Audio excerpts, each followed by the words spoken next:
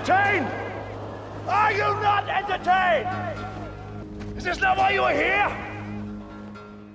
All right. Boom. Just like that, we're back. This is Prime Minds. I know we took about a week off. We took an episode off, but we're back. We're not going to be gone for long. If we're gone, we're not going to stay gone for long. This is episode 14. A lot of things came out. Parts, Pets, Parity is the name of this episode. And we're back. This is King Dav, Bunzaga, By the Dip, Vita G, Z Mackin. We're the Prime Minds, and we have a fan favorite coming up with us today. Icetoad is coming back on the show. We're going to talk some D's and some P's. But first, how you boys feeling this Saturday morning? Hey, yeah, this is Bunzaga. I'm feeling great. Feeling really good about the project. Enjoyed my my little break last week and ready to hit the ground running. Go. Who's next? By the Dip. We're going to go alphabetical order. Hey, what's up? This is By the Dip. Feeling pretty good, man. Excited to get Icetoad up here and talk a little bit about the mechanics and get some a little bit of information about this. Oh, yeah. Right on. This is Vita G. Man, I'm feeling great. It was nice to take a little week off, get a little energized. During that time, we also got some good info from the devs, so I'm ready to get into it. Mm-hmm. What up? This is Z Mackin. Just over here relaxing and feeling great. Definitely took advantage of the week off and just been kind of recharging, getting ready to go. Talk with the Prime Minds. We're back, boys. I'm glad y'all got some rest and relaxation. The reason I took the week off because I was working all day, but it's all good. We do that too. And during that time, a combat guide preview came out, right? It was dropped, I think, like 10 days ago. Not last week, the week before that, on the Thursday. And when it came out, I was like, shit, I wish there was a podcast I could listen to just to get the quick info. I'm like, oh damn, that's our job. So here we are. This is what it is. And we have Icetoad to come on himself. And I think let's bring Icetoad up, man. Let's get right into it. He's an early riser. He's here with us. Icetoad, welcome back. I see you're here. I think you're on mute. Icetoad was here before I was, to be honest with you guys. Yeah, I think his mic's muted. A tech wizard having audio problems. And I did check in with him. I know he's here. I know he's actually here. He didn't stand us up because he wouldn't do that. True man of the community. I'm looking right at him. Maybe he went and got his coffee or something. No, he's good. Shit, let's start. I'm sure he'll pop on. The combat guy was dropped, guys. Divinities and purities. I think we've been asking. The first thing we were asking about was more information. What the divinities do, what the purities do. Of course, this is not the end of all of it, but it tells us a little bit about what it does in combat. What are your thoughts? What do you guys think? I'm actually pretty happy about it.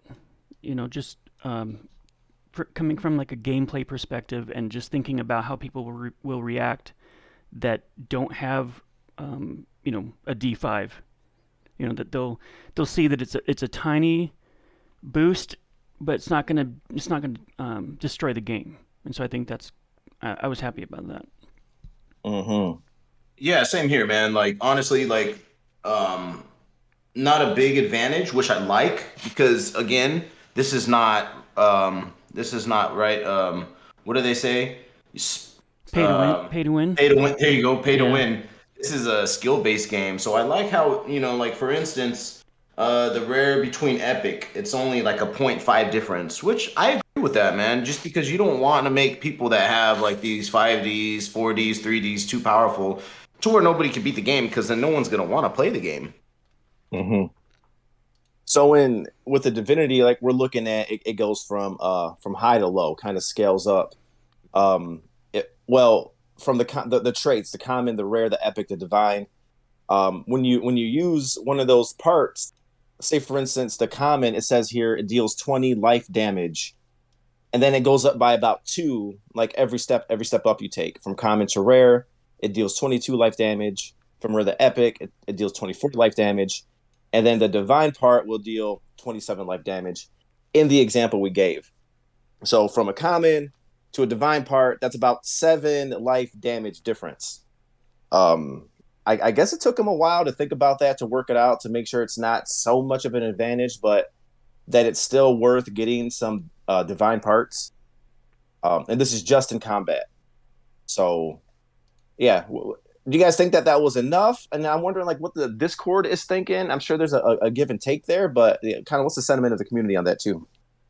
Yeah, so I do. Yeah, I did just want to talk to that because there were some people who were satisfied with the way that some of this rolled out, right? Especially people who were talking about, well, like, well, I have an divine part that's matched to my core essence, and there was a lot of conversation around that, and I just think a major reason why we have Icetoad on is to address some of that, but it's also like let's everybody be a little bit patient. Like this is 2 pages out of an entire combat manual, so this is not the all comprehensive knowledge that we have about this or that's out there. It's just what we have right now. So I think there was a stir up in the community. Particularly from people who've spent a lot of money, and it's like I get it. Like you spent your money, you want to make sure that you spent it well, but like let's be patient and let the devs actually like do their job and release the full manual, and then we can really get in and see how all of this is connected. Right. Yeah, I think Not only that too, but we also got to take into consideration the fact that this is still a game in development, right? Mhm. Like there's still going to be plenty of balancing, nerfing, and buffing that have to go on. Once we haven't even got into alpha yet, so when you take a look at this and you notice there's only a 7-point difference between a common and a divine part, it may not be a big enough difference when you get into the actual game mechanics, right? Or it may be a huge difference. So Right. we like Vita said, we got to be patient a little bit. I totally understand where a couple of those people were coming from when they said they spent extra money buying, the divinely pure parts, though. So, I mean, with the information given out, you kind of have to stay true to it, but it's a balancing act between staying true to what you've put out before and still making a fun and challenging game for everybody that's fair to play. Yeah, and I'd like to make a point on that, especially is that there's been a few people, we all know who they are, that have assumed things. They just blurt out something that they want, and they start spreading it around the community when people new to the server come on, and they're like, oh yeah, we're gonna get this and we're gonna get that, when like the devs never even said it. They're just assuming it, and they're just saying what they want to hear, or they're saying what they want to believe, and the developers never confirmed one way or the other like what we were getting. And so I think it's important for us to really look at the fine print and really look at what has been written and really has been said by Champions Ascension, and not just random community members. Right. Or just have the disclaimer, speculation disclaimer. Like we always say, hey, this is just speculation, right? Say something like that. But I think you're right. Would like to Vita, remind you that this Mackin, information is not financial advice and is purely educational. we need the speculation one too. But they didn't talk about the divinity and purity matching parts too, right? And I was and knowing that it does something, knowing there's a give and take there, right? So if you have a divine part that's not matching, you got a little bit of diversity, you can do different things. But if you have divine and pure matching, when those are matching, it's supposed to give it some type of extra boost. I think that's what some people were upset about, but the fact is that it wasn't even addressed yet because, like you guys said, it's just 2 pages so far in this whole guide here. But I'm pretty sure the divine pure matching part, there's going to be something to that too. It's just not out yet. And the mixing parts, right? Too. I think there's more to that. Like for instance, how we know that, what is it? Arcane beats life, life beats death, right? Yeah. So why wouldn't I want to have a mix of those? Like for instance, what if a Grundle that had death fangs bit me, but then I had a mix of life in there with one of my parts, and that kind of slowed the bleeding, right? Like how I don't know if it was Icetoad, and please correct me if I'm wrong, said that if you were to get bit by someone like with fangs, death, that would be poison, and then it would degenerate your health over time. What if you had one of those life parts that could possibly stop the bleeding for a little bit, or you wouldn't be losing health that fast. Mm-hmm. Lower the effect of what Like the defensive. death part did. Mm-hmm. Man, Exactly. that would be a lot of calculations to take into effect with all the different possibilities of parts. Yeah. Yeah, or it could just be for the essence too, though, which would still be a lot of calculations getting that Right. down. Not Which to I think they're mention, working out. they're also kind of toying around with the idea about having pets affect battle too. And so I thought, I'm kind of curious if that means that we're going to have the pets in the arena with us, like running around, next to us, or if it's just going to be more like a slot, like, oh, I've got my like jewelry, where it's like an invisible bonus. Cheering you on in the background from the sidelines. Because I think that would be cool, like to have like my cat running around growling at people. I think it would be awesome to have In it the both arena. ways. So like you have them cheering you on from the side, and you get a special, some rounds they can't be involved in, and then other matches where you have pets involved with your champions, both on the field at the same time. And I think All we right. got the man on now. Yeah. I was gonna say, like, ISO, what, like, walk us through it, man. Like, is a hardcore crowd gonna be running around the arena? And I think we're jumping ahead too. Is Icetoad here? Hey everyone! Oh, I'm here. You got your coffee. Got yeah, What's up? I got my coffee and got my my beauty sleep before coming good. here. Good. First of all, so, Icetoad is our first reoccurring guest. So our first guest that's been on twice. Oh my God! Is historic, I'm the monumental anecdotal occasion. queen of prime minds. Yes. Get an award. An honored Yeah, guest. like in SNL. So I'm the most recurring invited guest. That's awesome. Yes. It's an honor. Yeah, do That's great. you want to start by just kind of framing the battle guide leak that we got? You talk a little bit about that, or So whoever you want to go with it. Mm-hmm. No, of course. I mean, there has been a lot of work behind the scenes in these past few months, not just implementing, but also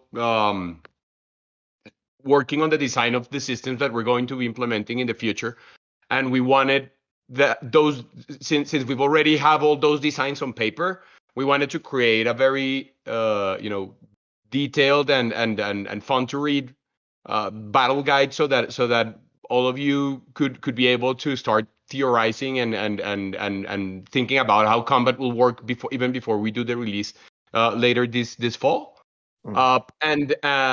So we actually have already nailed down a substantial amount of mechanics and a substantial amount of effects and spells that the parts do. That said, I actually had a meeting yesterday actually 2 days ago with Johnny C and Tremel, where we discussed some of the roles that specifically that the parts played in the moment to moment, not as much as the spells and the effects that they cost, like for example making someone go blind, but more how claws, for example, would how they tie into the linking and the comboing that you usually see into fighting games. So are claws openers, finishers, linkers?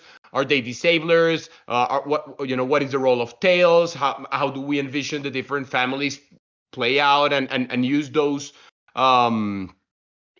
parts and their weapons, and how do they chain into combat, into the combat flow, so that when people actually pull off a combo or use the right part at the right moment, they feel smart, they feel rewarded. So that actually decanted into us changing a little bit of what we had already thought for certain parts, for certain effects and spells for certain parts. So we are actually going this week. We're going to be going back and revisiting some of those, and even we're going to have to like re-implement a little bit of what's already been implemented, which is par for the course on game development. But again, it talks a little bit to what you guys were discussing earlier, specifically on game development and on game design and on balancing and on this moment to moment. There's going to be a lot of changes, and there's going to be a lot of things being balanced. Games like League of Legends and Dota are still doing balance patches, and they're still changing things from the characters. So especially for those of you that are new to the gaming space, be very aware that these things change. and it's normal, and what is, and not just because of the numbers, but just because of how players evolve. So let's say right now, if the game was out, the current meta was very centered around block breaking, which by the way is an alpha that I'm giving right now. We have a block breaking mechanic where you can run around the arena, and then if you run towards the enemy and you use your heavy hit, if the enemy is blocking, then you're going to be able to block break, but the enemy can block at the right time, and then they will be able to parry that attack. And so you actually punish the person that's breaking the block. That thing's got layers. And so let's say that block breaking is the current meta. And then this savant 14-year-old kid figures out a way to, always parry, or figures out a combination between, certain parts, and how that actually counters the current meta. And then suddenly, slowly but surely, the meta starts shifting. And now everyone that has, I don't know, life horns with a death tail, with arcane wings, with this and that, suddenly is dominating the leaderboards, right? Yeah. And that just happened. That was just an emergent consequence of some kid actually figuring something out. And then you have to balance that. And so maybe people that had built everything around just block breaking are going to feel like, oh shit, now what was very strong now doesn't feel as strong, and we hadn't even before we changed anything. It's just how the meta shifts. So be very aware that this is a natural evolution of especially of competitive games, of games that involve more than one person, especially games that are not just pure PvE, where the balancing actually comes, or the elements of balance actually come from more than just the numbers, more than just the design. It also comes from what the community has discovered, from how people are currently playing, what the professionals are doing, etc. And so making any decisions, any purchase decisions or any decisions based on the design of the game design currently is like making them based on the weather. Yeah, it's pretty much. I'm getting a call from my wife. My daughter is a little bit sick, so I'm gonna take it. I'll be back in 2 minutes. Oh, for sure. Do your thing. Yeah, I was just gonna say. Oh, so it's like info. This is like pre-alpha. This is like prototype stage, and everything is gonna change. And like you said, I mean, I'm gonna be that person. I'm gonna be going in and finding the OP builds that dominate everyone, and they're gonna have to adjust the meta because of it. I know Icetoad said it'll be a 14-year-old, but I think it'll be a 12-year-old. We'll see. Hey, man, it might be a 10-year-old, yeah. And I'm going to be looking on YouTube to try to find these tricks, too, because as you've seen, like any game, like we play Call of Duty, and there's like a certain gun that's just freaking OP that kills everybody, then they have to buff it. I mean, it's totally understandable. Let's reflect on that, the alpha, block breaking. Gonzaga, you're into games. I think that's awesome. What is that? Yeah, Explain that more for me. So, for example, there's block. You can hold up a shield, or you can hold up your block, like your two-handed weapon or whatever, if you're parrying, and you can stay in that stance. It's kind of like a cheesy way to avoid damage. You just keep on blocking forever. Hurtling. Oh, the Mayweather style. Hey, Icetoad. Well, good at home. Thank you, guys. Yeah. Sorry. Yeah, I was just explaining what block breaking is, and so totally. Go ahead. Yeah, go ahead. So what block breaking is if you see someone doing that, they're continuously blocking. You can use it. You can use an ability or like a mechanic to break that block, and usually it'll stagger them or stun them for a couple seconds. And so it's kind of like you're punishing them for continuously blocking. With that. Okay. With maybe there's a bar or energy bar, or maybe something. If you have a real strong attack, you're gonna like do the block breaking, like have that coming in. Yeah, but on top of it, we currently think of you having to change the. So we have two cameras right now: the locked-in camera and like the free camera that allows you to move faster. We call it running. It's fast jogging. And so the when you are in that mode, if you are coming forward towards the enemy and you time your heavy attack in the right moment, then you're going to be able to do a block break. Your character actually does a different type of heavy attack, and he goes like, ah! And then if the other character is blocking, then you'll break the block. The consequences of that's not just free. It's an attack that has, so these attacks and a lot of things and a lot of design elements in fighting games have to do a lot with animations. So these attacks actually have long animations and what we call long recovery animations. So if you don't use it to actually block break, but you're just using it to just mess around or at the wrong moment, then you're going to be vulnerable to be attacked for a while because the recovery phase, the recovery animation of that attack is quite long. You know what I mean? Yes. Oh, yes. Yes. A lot of strategy. So Question we're on picturing that, a game Icetoad. where you could use the whole arena, move around, run around, do different strategies like that. Right? And then we've seen some long attacks, some long range attacks from the AOs, especially. We're actually Yeah, go ahead. We're actually reworking the AOs a little bit. Tramel had a really good idea for her because we weren't entirely feeling her kit, like her attack kit. When we were doing our tests and comparing her with like the Karkadon and the Whisperer, which are like in a really good place right now. We weren't feeling very, very excited about how she was playing, and so Trems came up with this hybrid model where she still retains a little bit of her ranged kit, but she's now more formidable also in close range. Because that what was happening before was that if you ever caught up to her, she went down like a fly. She was like too dependent on range. And I think this is going to be a recurring theme for us on how we design some of the characters. I don't think we're going to have pure ranged, but we're probably going to have melee and hybrids.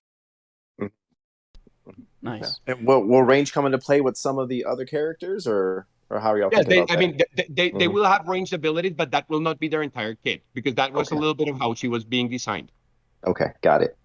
So it's a hybrid. They're going to be able to hold their own in melee, but they're also going to have some ways to either attack from a further distance or gain distance quickly or more often, depends on the family as well.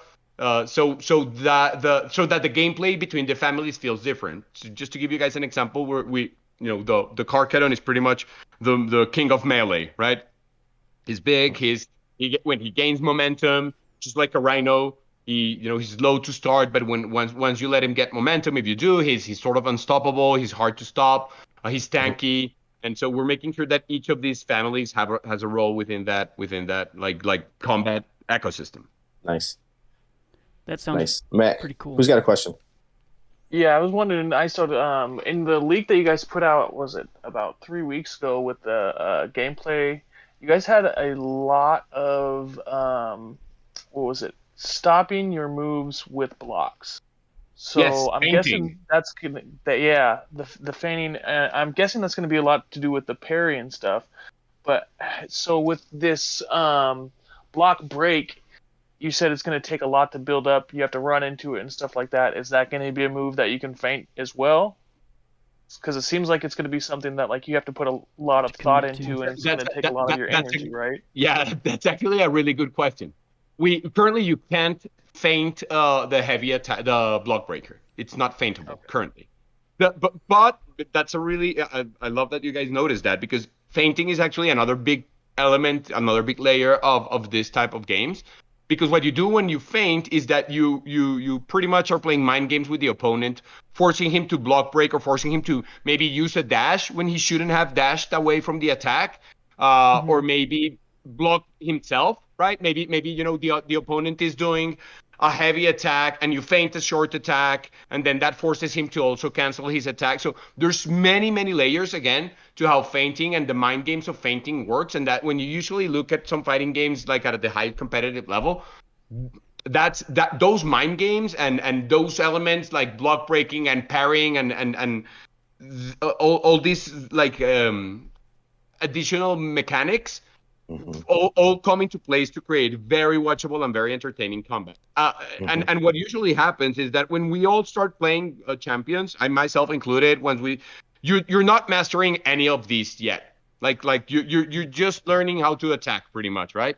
And then as you get more comfortable, you start understanding just naturally, which is what some of the best things about playing video games is how your mind learns by itself and starts getting used to certain situations and starts reacting to other situations. So that during that learning process, all these little other elements and mechanics start coming into play naturally, and so you start doing blocking, and then you start actually blocking better and start parrying, and then you start understanding what's the right distance to block break and when to dash and how to feint and when to not feint and when to block. And so all this I expect everyone to start out pretty much at the same knowledge and like muscle memory level, and then all these elements just allow for depth and depth and depth and depth and more entertaining fights, and actually start differentiating the cream of the crop. So, Icetoad, real quick question. One of our viewers asked this: how detailed will the battle guide be? Will it be regularly added or updated as we go? A good question. It will be very, very detailed. It's let me check right now, because I have a V1 of that here. We're actually going. I think we're going to split it in two because it's quite large. Where is my Nice? Thank you, Spider Drop, for that question, by the way. Let me open it. So the current guide that I have is 12 pages long already. Dang. With a lot of information. It's a PDF that has 12 pages of information. That's the first part. I expect the second part to be at least 7 or 8 more pages. So you're going to get like 20 pages of information on combat, something around that. That's awesome. And so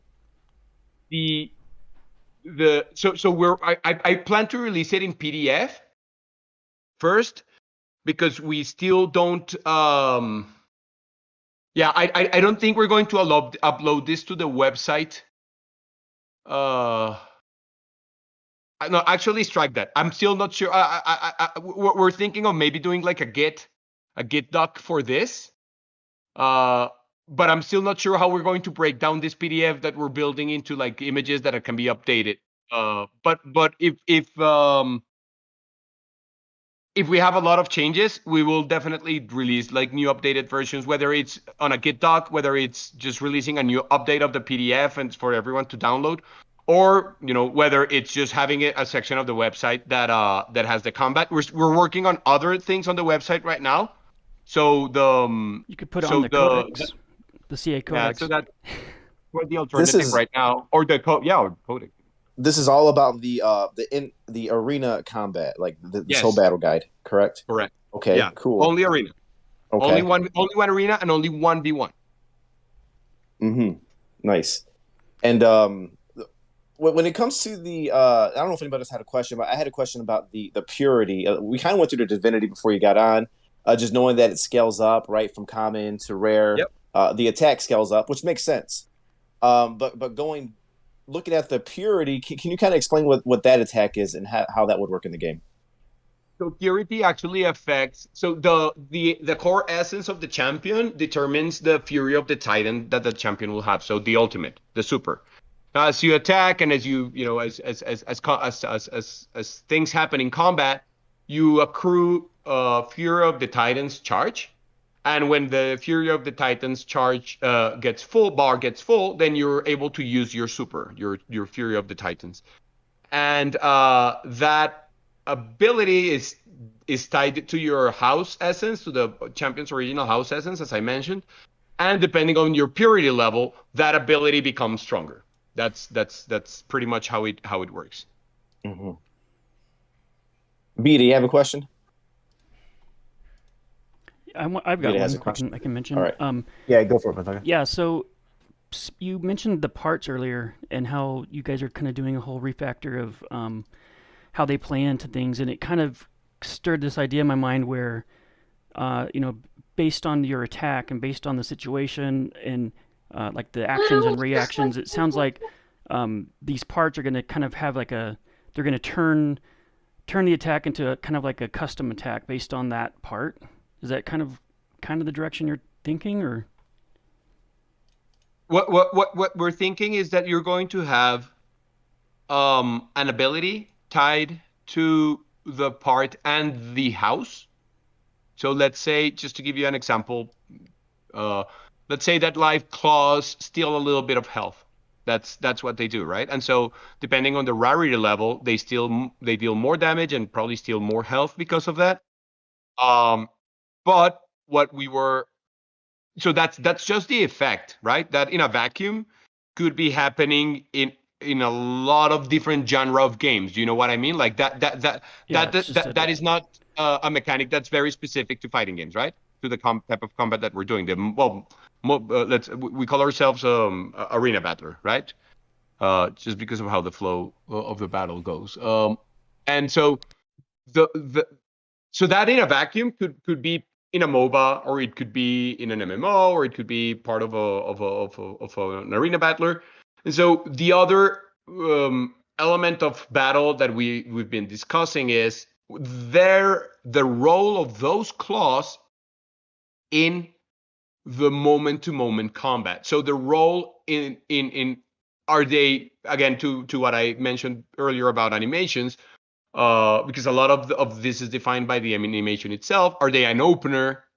Are they, so are they like very quick? That's usually an opener, like, like a quick attack. That what happens in this type of games is that whenever you attack, the character enters the enemy. If you're successful with the hit, the enemy enters an animation, which is called a hurt animation, which leaves them vulnerable for a little bit while they perform that animation, right? And so if you change your attacks correctly, the speed and you have attacks that have the right types of speed, you're able to connect more than one attack before the enemy is able to compose himself. Let's say that, right? Mm-hmm. And that's how you get combos.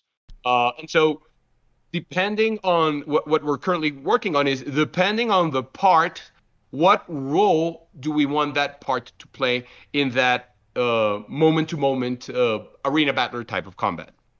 Awesome. Mm-hmm.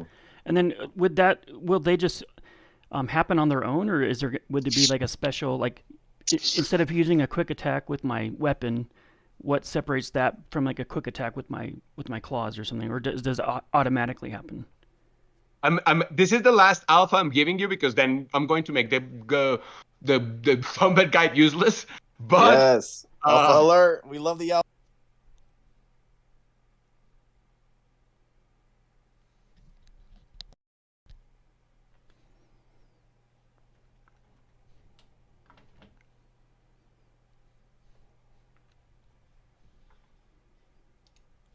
My Discord stopped working. Give me a second.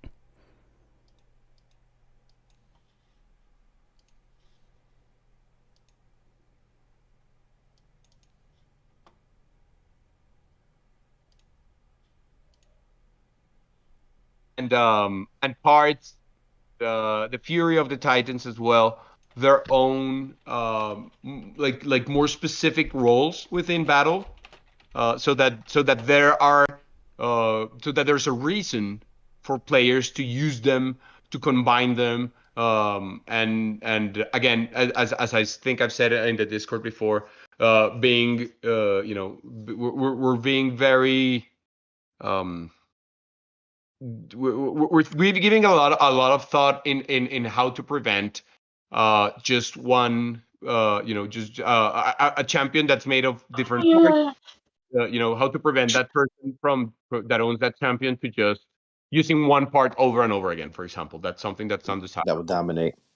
Yeah. Right. So right. in that aspect, based on all the information we've seen, Icetoad, like the champions have, we've seen between like 200 and 550 health.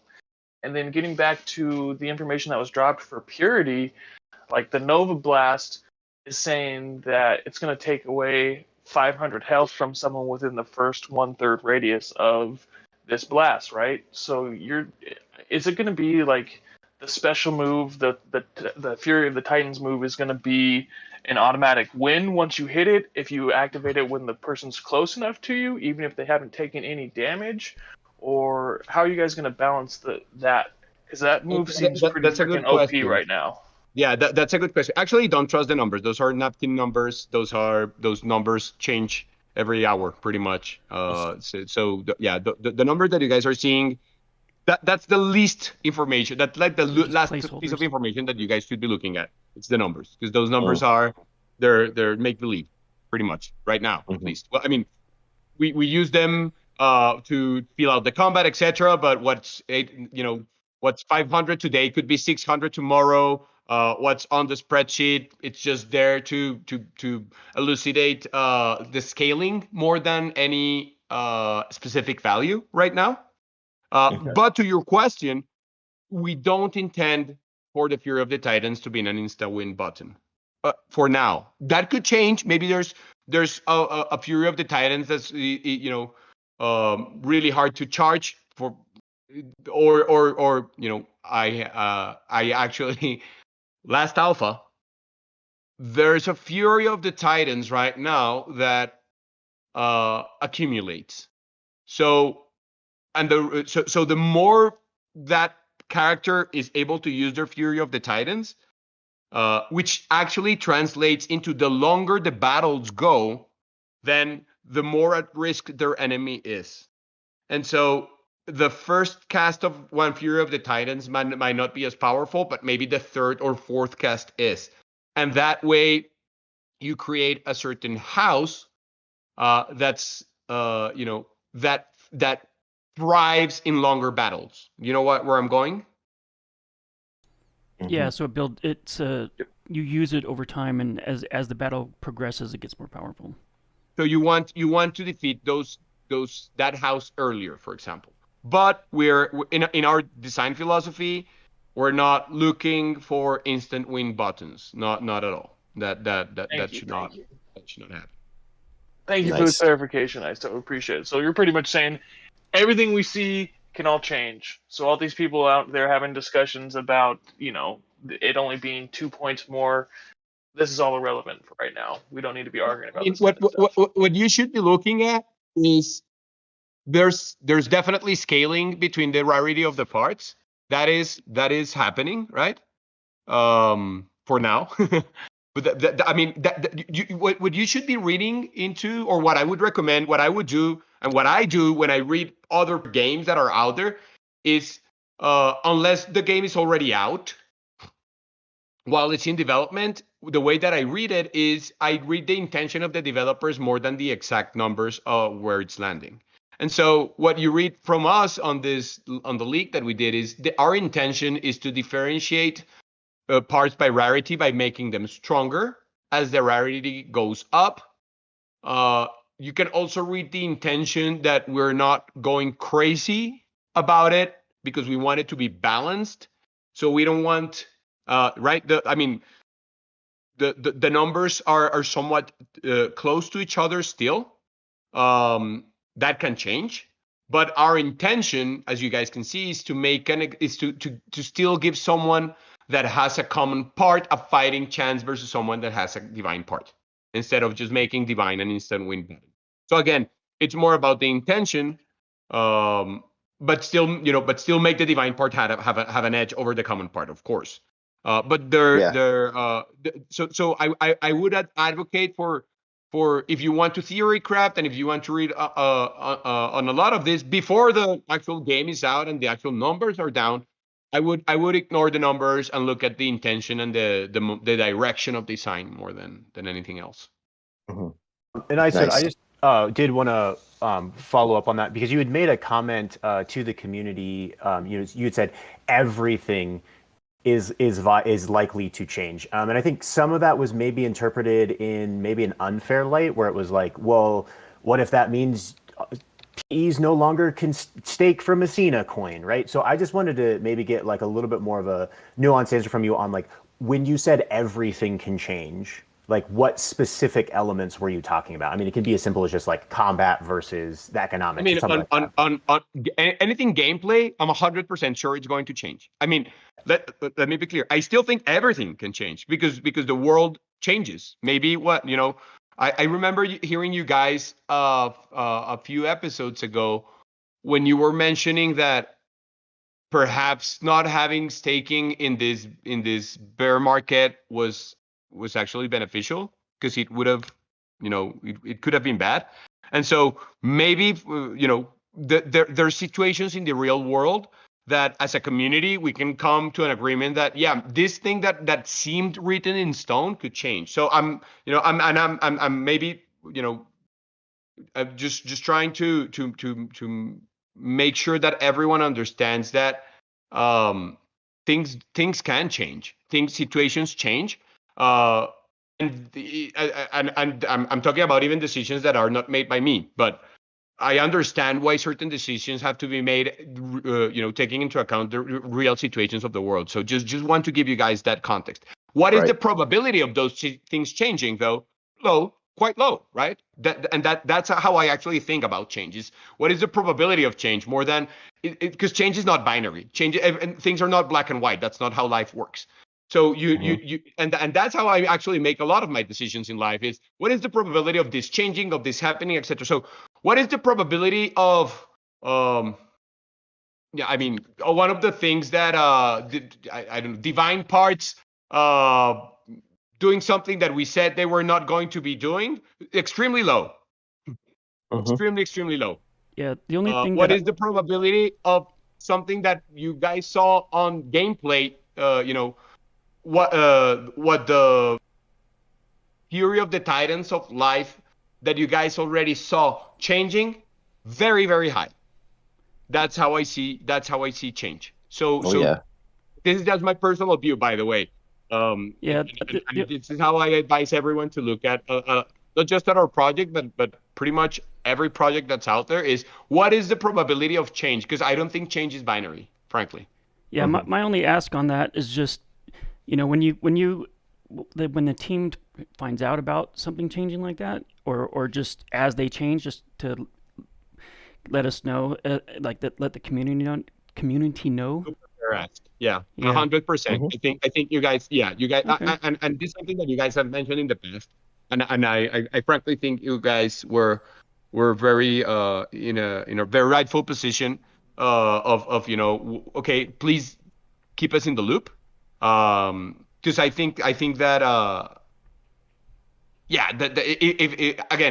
if we are in this ever-changing world and we're all embarked in this project that has the possibility of change and changing elements, the more that everyone is informed, the better. So 100%, I'm very, very aligned with that. Yes, and me for one, I think all of us, the reason why I love being in this game and Web3 is that it can change in iterations and get better and constantly be developed, and the world will be built out.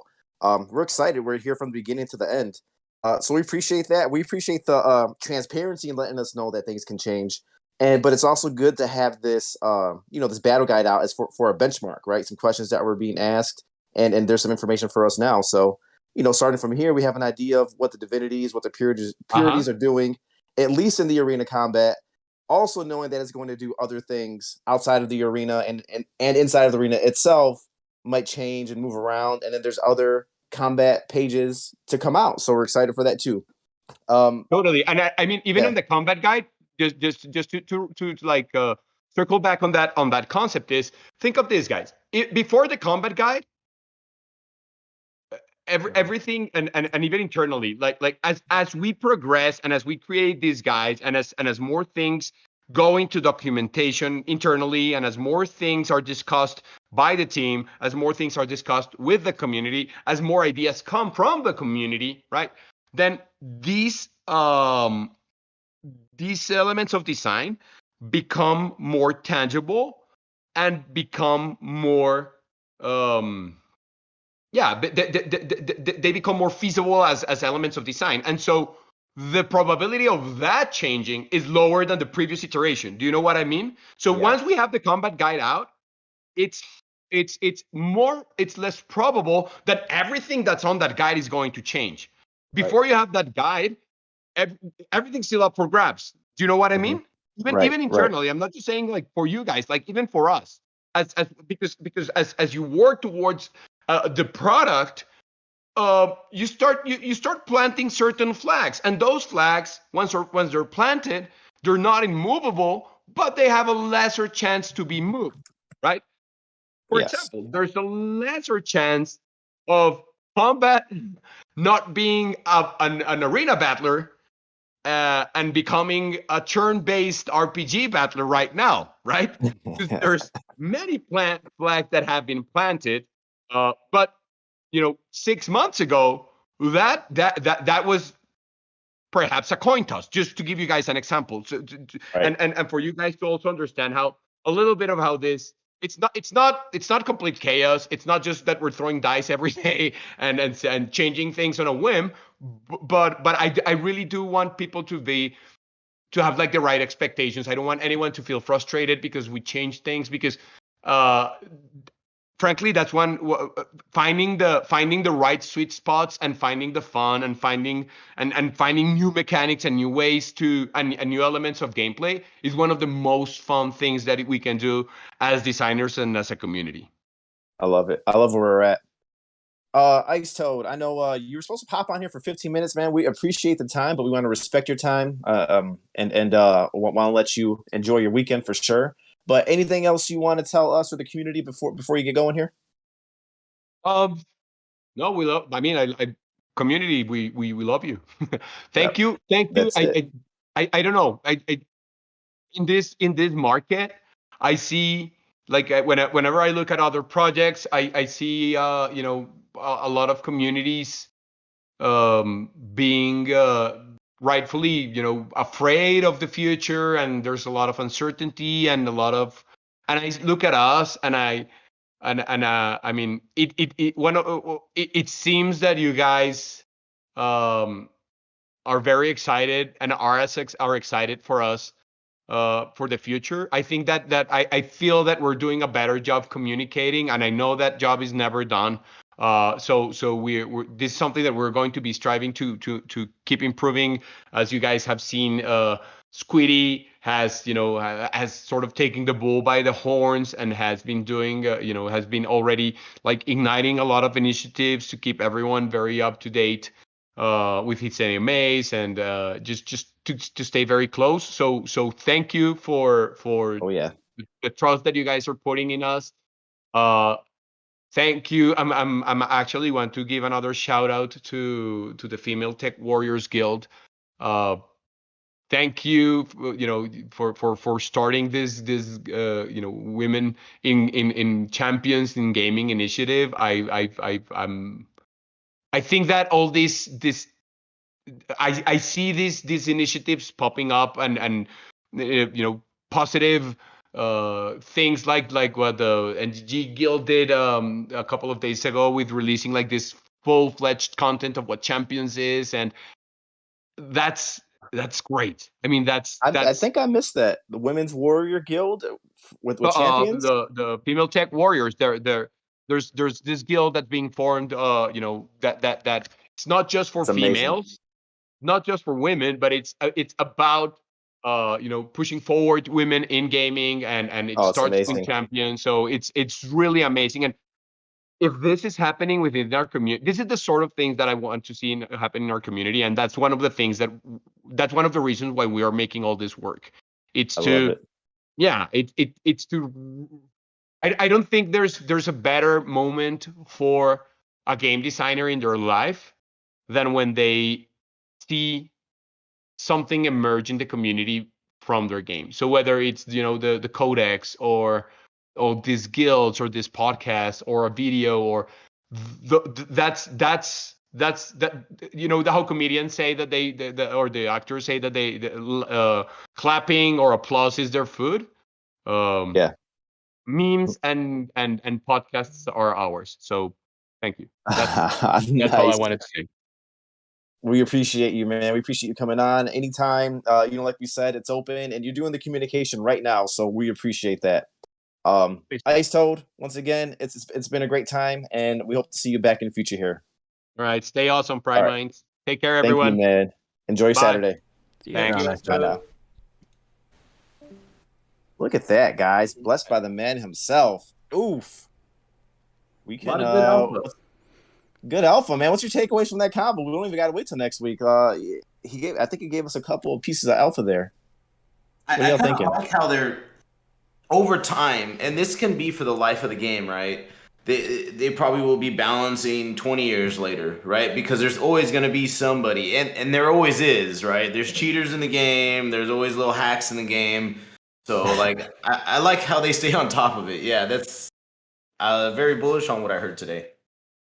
There always will be. Yeah. I love the fact that he's saying, hey, it's going to change. Like, yeah, tell us. That's cool, right? Like, and that's just the way the world is. Like, he went meta for you guys. Like, he told you the way the world works, and then with the game iterating, different iterations, it's going to change for the point of improving, right? Maybe giving a better play experience. Yeah, that just helps extend the long-term viability of the game by them being willing to be fluid and change with the moment, because there's games that I still go back to that are on, Super Nintendo that I like to play, Nintendo 64. They'll never change, right? But then there's games like I play Genshin Impact. That thing updates every month, right? So it's like fresh new stuff. And remember back in the day we used to play Mortal Kombat and you just spam that one fucking attack and no one could ever beat you. You could never swing because you just keep kicking them and kicking them and kicking them. Like I hate games like that. So the fact that they're doing this will address stuff like that too. Yeah. And it kind of goes back to something that Icetoad had said his original podcast. Like you can't make a game for esports, but if you can take the elements that you see that are represented in esports that are good and integrate them into your game, that gives you a better chance of people wanting to play the game and continuing. So I'm stoked on it too. Just iteration in video games is what you want to see, right? And that's why a lot of us are in this Web3 space anyways. There's so much like I also think it's important as a community, they're trying to be transparent with us and they're giving us information, and I kind of feel bad as a community member when they do that. Everybody starts raging about it, and it's like they're giving us information. We're going to complain about the information they're giving us. They're going to be less likely to do that again in the future. And so I think we need to just be, because I've seen it. I've created a prototype with some concept art or placeholder art, showing it to a team of people, and people panic and they're like, wait a minute, this isn't what it's supposed to look like. It's supposed to have this here and it's supposed to have that there. And it's like, no, you don't understand. We're just showing you an example of what's to come. And so I think as a community, we can be a little bit more receptive about that and say, okay, thank you for sharing this. It's not exactly what I was thinking, but at least it's something, Right. Yeah. So I appreciate that. The way they marketed it to us as well, right? Is like they're going to show us stuff, and they've even told us that on our podcast, is they want our opinion, right? Like it's fine for us to give our opinion, but we need to realize that that's all it is. They're the ones creating the game, and they're going to take what we say into consideration, hopefully, and that's the best we can ask for. Like, man, we don't know shit. I got my faith. I got my faith in the Icetoad and the devs, right? Some people here might, but I know I don't, right? When it comes to that. But the way that he explained the fighting itself, that's what I was thinking of when I was seeing it. I think it was one of the earlier Thursday leaks, and they were showing the parrying, the blocking, the block cancel. That all leads to not really play to earn, right? Of course, some of the stronger parts are going to come into play, but that's a lot of strategic decision making in the battle, in the fight itself. And so he explained that just now. He's like, you can use one of your running strong attacks, but if you miss, you better watch out, right? Because then now you're going to be vulnerable for a second, right? Exactly. And then if you're using your block too much, you're going to get that block broken by a strong attack. Right. Then you're going to get your ass beat. So there's a lot of strategy in this game, even if you do have a strong, high P prime. You still can get beat by a 0-0 that knows what the fuck they're doing. Right? That can play he even said those mind games. Play some mind games, bluff, use some of the range shit, come up close. So I'm excited about the way this gameplay is working out. And I'm glad it's not the role-playing turn-based shit, right? I'm glad they decided to come straight to this fighting. Skip the auto battler, right? Skip that. I'll wait just for this one. So it sounds amazing the way he explained it. Yeah, I also like the hybrid thing that he was talking about, where instead of forcing someone to be only ranged the whole time and make them really weak when you get up close. I mean, I imagine using my sword or some axe, slashing around. Someone tries to run and I throw it at him, or do some kind of get over here.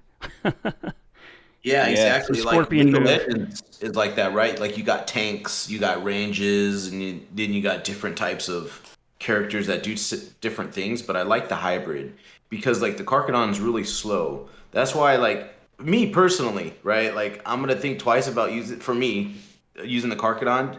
And I know just from the gameplay footage we've seen, like he's really slow. And like that was my biggest fear is like, well, he's really slow, so what if I'm dealing with someone that's really fast? And then I miss that hit, I'm done. You know? Yeah. The Ilgra looks like that too. And that's I like that because it also allows within the strategy it also allows you to develop your own play style, right? Like I do not play slow characters. I do not in any game. I don't like moving slow. I would rather do way less damage and be nimble and be able to dodge more. That just works for my play style. So I like that there's also like play style considerations in there, and it's also V Power or Power 5 had brought this up as well, whichever way you read his name. That all of this that we've considered was just base stats. Like none of this has had anything to do with armor, with weapons, with any sort of effects you could add on. So I mean, there's just a ton of strategy and ways for people to be able to develop their own play style within this game, which I think is, again, it's highly marketable. That's awesome. Yeah. Like, yeah, those armors and weapons. I think we'll be naked, right? Just like however our character is into the arena.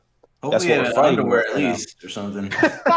Yeah, you look back at the the first pictures and it showed the grunt wearing just his loincloth, right? Yeah. So that's the alpha gameplay, and I think we're gonna have to see the land first before we even see some of those materials, right? The swords and the armor and things like that. I'm thinking, but let's we're ahead of ourselves a little bit, and this might come out. Icetoad gives a lot of alpha. This might be a marathon episode, but and if folks gotta drop off, they gotta drop off. I know how it is, Prime Minds, but all the way back into this they kind of gave us some level setting with the divinities and the purities. We kind of know what we're looking at when we're picking up our primes on OpenSea, right? And I think it begs the question. Just looking at this, the way that it's laid out here, I think there's that 7-point difference from a common part to a divine part. What are you all looking at when it comes to picking up a new prime? If you're looking at picking up a new prime, are you going to go for the divinities and the purities based on the information we got today? Or are you just looking at scooping the floor if you were to buy another one? I'm looking at floor right now, man, just to be honest. Because, like, I just picked up a floor the other day on our Fenrir, and he had epic wings. So, in the game, that's going to do some damage, right? I mean, he might not be a divinity, but still, I think if you're a skilled enough player, you'll be able to put up a challenge to a lot of these Ds. It's right under the divinity. I mean, you're only 3, attack points behind in that case. Yeah. I'm definitely not going to be looking for a 0-0, you know what I mean? But I'm on the flip side, I'm not going to be looking for like a 3-2 or a 3-3 or anything like that. I mean, it'd be nice to have divinity, but at this point, if you can find some cheap primes with epic parts, or even a bunch of rare parts, like you're not doing too bad. Like, right.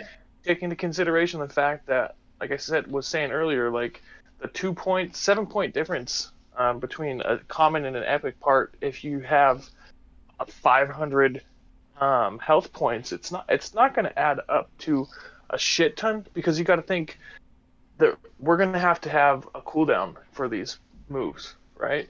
Like Icetoad even just said, it's like it's a different button to attack with your claws compared to your weapon. So at some point you have to take into consideration the fact that the divinity is going to have a limited return. It's a point of diminishing returns, right? So like, and the perfect thing is, do you want to get 1 2D, or do you want to get possibly 3 0Ds and stack up those machines? You can either have a 0-0-2, but you can have 3 epic parts, or an epic part and 2 rare parts, right?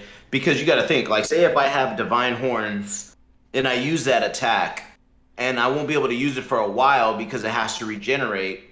But if I'm a 0-0 and I have an epic and say 2 rares, and I have epic fangs and I use that, and then I turn around and I have rare claws, I can use that as well. Right. Right. You have a lot of strong Thing. cards.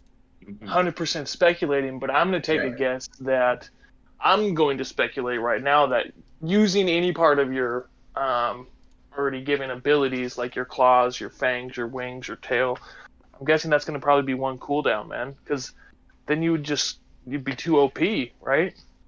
Would. Yeah, It might be. good That's idea. a good. That's also a good speculation right there too.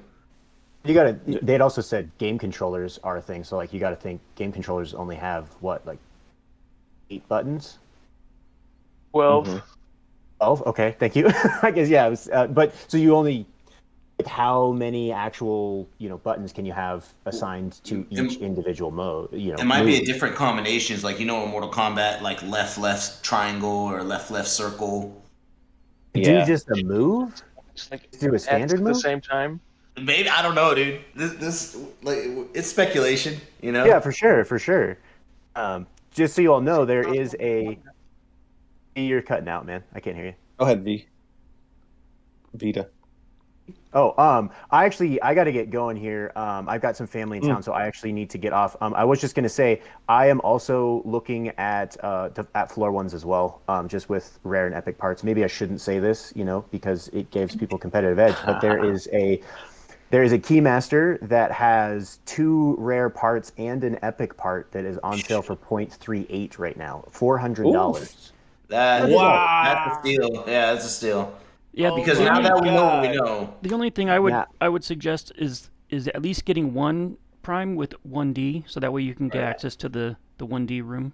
The 1D room, exactly. Yeah, you want to come see us when we stream live from the Moon Room, so you better get that 1D. Yeah, as long as you got that, the rest can be zeros, I think. Yeah, that Keymaster's sick, bro. I need a Keymaster. I need an Arcane. Is it Arcane? I need an Arcane Keymaster. She's death. What number is it? It has Arcane 2107. I need an Arcane Essence Keymaster. Arcane. Hey, maybe pull it up in prime time. Yeah, we'll pull it up later, maybe. Arcane Wings, yeah, it looks pretty nice. All right, V, if you got to get going, man, you want to say any parting words for us? No, thanks everybody for joining this morning. Thank you to the Prime Minds for the time. Of course, it's always a pleasure to get to do this on Saturdays. So, yeah, I think just to the community, just reiterate, a little bit of patience is a good thing. We're in this for the long term, so let's not forget that, and let's a good week. Amen, bro. Yes, sir. Thank you, Vita. Thank you, Vita. Later on, everybody. Man, I'm fired up all over again from that combo with Icetoad. Just knowing all of what they're putting into the game, and we've said it a million times. The success of this whole project is really just how good the game is. Right. So every time I talk to him, I'm fired up again. I'm bullish all over again. I'm going to look at the floor. I'll give Vita some time to grab that one he was talking about. But that one seems good. That's a nice one actually, and it's floor. So the other part of the divinities and the purities, I think just divinities specifically, is the rarity of them. And I know I've seen a chart before that kind of showed how many divinities, how it's been dispersed throughout all the Prime Eternals. Right. The other reason why I would like divinities, because if this game moons like I think it will, and it becomes like a historic game that's played for decades, like Johnny C said, and how I think it's going to be. Right. It's just going to be a flex to hold each and every single divine part that's never created again. That's the part, right? It's like that rare holographic Pokemon card. Mm-hmm. Yeah, I like it. And then we see that it does something in the arena, right? So just like Icetoad said, it could have been, hey, it does absolutely nothing. But now we know the more rare and the more divine part you get, or the divine part, it's stronger in the arena. It's stronger in the arena, but then it can be used outside of the arena for shit we don't even know about yet, right? So this is just the beginning. Right. So when it comes to me, I kind of like, and I said this before, I kind of like some cool shit. I kind of like rare shit. And I might be messing myself up, but I still look for at least 1D, 2Ds. I'm in the market for a 3D still. I don't have one yet. But the market tanks or stays this low and the 3D becomes available. I'm not kept up with our PE market, but I think those are becoming more rare. But they're really rare. Really, I think maybe one for sale. Like, and if it's for sale, it's for multiple ETH. It's more than the 5 ETH. Damn. Right, Yeah. but Ethers went down. But still, it's like nobody's letting those go. And I think Right. because in the future of this game, those divine parts are going to be super rare, just to even come around. You know, do we have an idea of how many divine parts there are, or how many 3Ds there are? Yeah, we had God, there was something earlier in the community where there's only about 186 or something 3Ds. That's so There's low, man. Yeah, there's 1,800, about 1,800 D1s, 1 D5, 13 D4s. Wow. Yeah, and I think those go super high. Yeah. So have one of those is just a straight up flex. You will be, so if you say for instance you have the D4, like almost and that D5, all of your attacks are going to be stronger. So I can see how that does come into play, and you will win a lot. Well, it depends. Like they said, they're going to balance the game out. Like something interesting ZMax said is like, say if you use that one divine part, right? Then it might recycle the whole bar for everything. Like you won't be able to use any of your other D5 special, Titan of the Fury of the Titan or whatever. You know what I'm saying? Because then that would definitely be OP. Like if we faced Ash, and Ash just beats the shit out of us because he has a 5D, right? So I think there's going to be a lot of balancing in that part as well. The more D you use, you lose some of your energy bar. Yeah. For the other attacks. Okay. Yeah. Okay. Like Mortal Kombat, you got to build up your meter right before you could do your fatality. Yep. All right. Yeah. I mean, that gives me a lot to think about. Whether I'm looking for the divinities or whether I'm trying to look at and get the floor. But we can get more into that, when we talk about the overall market. But first, I mean, that's a lot of alpha. I think I'm going to review everything Icetoad said and think about it more, but I'm super bullish on that. And we got that coming up pretty soon, too. There's been some other news, man. It's like we're creeping up on the date. Everybody asked. I think everybody asked those two questions. What does Divinity and Purity do? We kind of got some answers. We got a baseline. Then everybody's asking, when pets. We got the date. What is this? Today's July 2nd. 7/6/22. 5 days. 4 days away. My math is correct. Oh, yeah, that's right. Sorry. I was thinking 7. 4 days. Quick math. What day is that, man? We should do a fucking Twitter Spaces on the pet drop day. What day is that? That's a Wednesday. Wednesday, guys. Fucking take some personal time off of work. Let's do some Twitter Spaces that evening. Yeah. See what our damn pet. We finally got our Prime Minds mic, right, Buns? We can run Twitter Spaces. We can do Twitter Space. Finally. I don't know. Yeah. Someone. I think because we got 100 followers. Might be. Yeah. People needed to share and follow faster, but that's all right. Now we can do some Twitter Spaces. With the pets, we got some alpha there. I don't know if we talked. I think this happened after our last show. We can get as much as 3 pets if you bought early and held on until now. Exactly. Each Prime can give you as much as 3 pets. Yeah. What do you guys think about the pets? Yeah, which ones are available? What kind of alpha did we get? Yeah, so I've got them in a slideshow. The first one's what is it? Papyrus? The cat? Mm-hmm. The cat. That's one of my favorites. Yeah, they've got some on the codex. They've got someone put up a description of each one, and it's kind of all detailed out there. So. Oh, it's a big pet. A big cat. It looks like a damn panther. Yeah, it looks cool. Oh, I love this. Yeah, the codex is amazing. Shout out to the codex, man. Everybody, Gonzaga, the team making the codex. Yeah, used to be Pet of the Titans. Yeah, I think Blitz did a lot of work, and even Ryder Ryan has been putting in some time on it too. Hell yeah. Yeah, the big blue cat. We already have the Cramster. Yeah, Cramster's next as well. Mm-hmm. The Geckoid. Yep. Geckoid. I'm kind of curious about the Geckoid on a stick. That's always stuck with me ever since the beginning. Just looking at this 3-eyed creature. Maybe you just fry their babies or something. I don't know, dude. Because that's a big Geckoid to put on a stick. For the maybe it's just losers, the bro. tails. The ones that don't win, you gotta eat them. Oh, I gotcha. Yeah, that makes sense. In the mini games. Man, I love the summon and I'm sorry, I'm not watching the damn stream. Oh, that's okay. So Yeah, for going throwing it through up. them. It's called the Summonat, the little French bulldog, the purple one. Yeah. The boy looks fierce. Someone asked, do the pets also have differing rarity? From what they put out, they're gonna have different house alignments. And Gonzaga, please correct me if I'm wrong.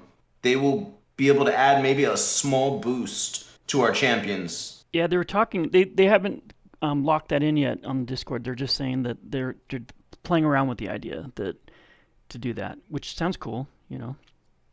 So like if your pet has an alignment with death and your champion is also aligned with death, then it might do some kind of thing for you. Right. And you got to match it up. Maybe, and this is what we kind of speculated about, right? Like mining and stuff, like having our land with different natural resources. For instance, what if the Cramster is a digger and is able to dig in the mountain and bring out your resources that way? That could be they have passive generation things. Yes, there you go. That's what we're talking about, passive generation. Mm-hmm. And, that'd be interesting. So with the rebird and have it deliver drinks for you. Flying drinks through the air, increase your income. Yeah, I could see that.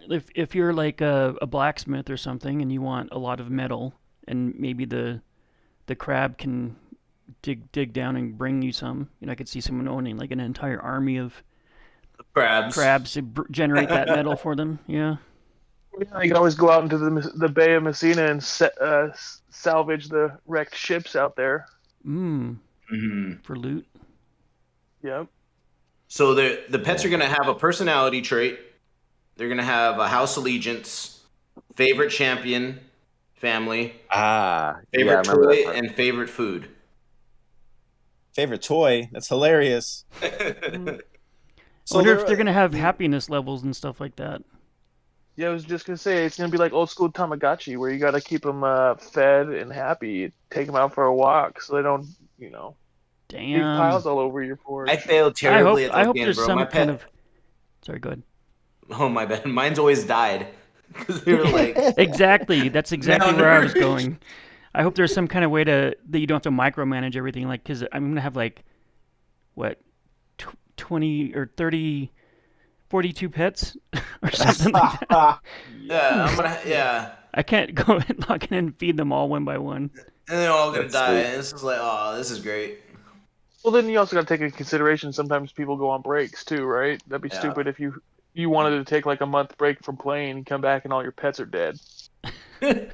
Especially if you paid money for them. Like your pets are just dead on the floor.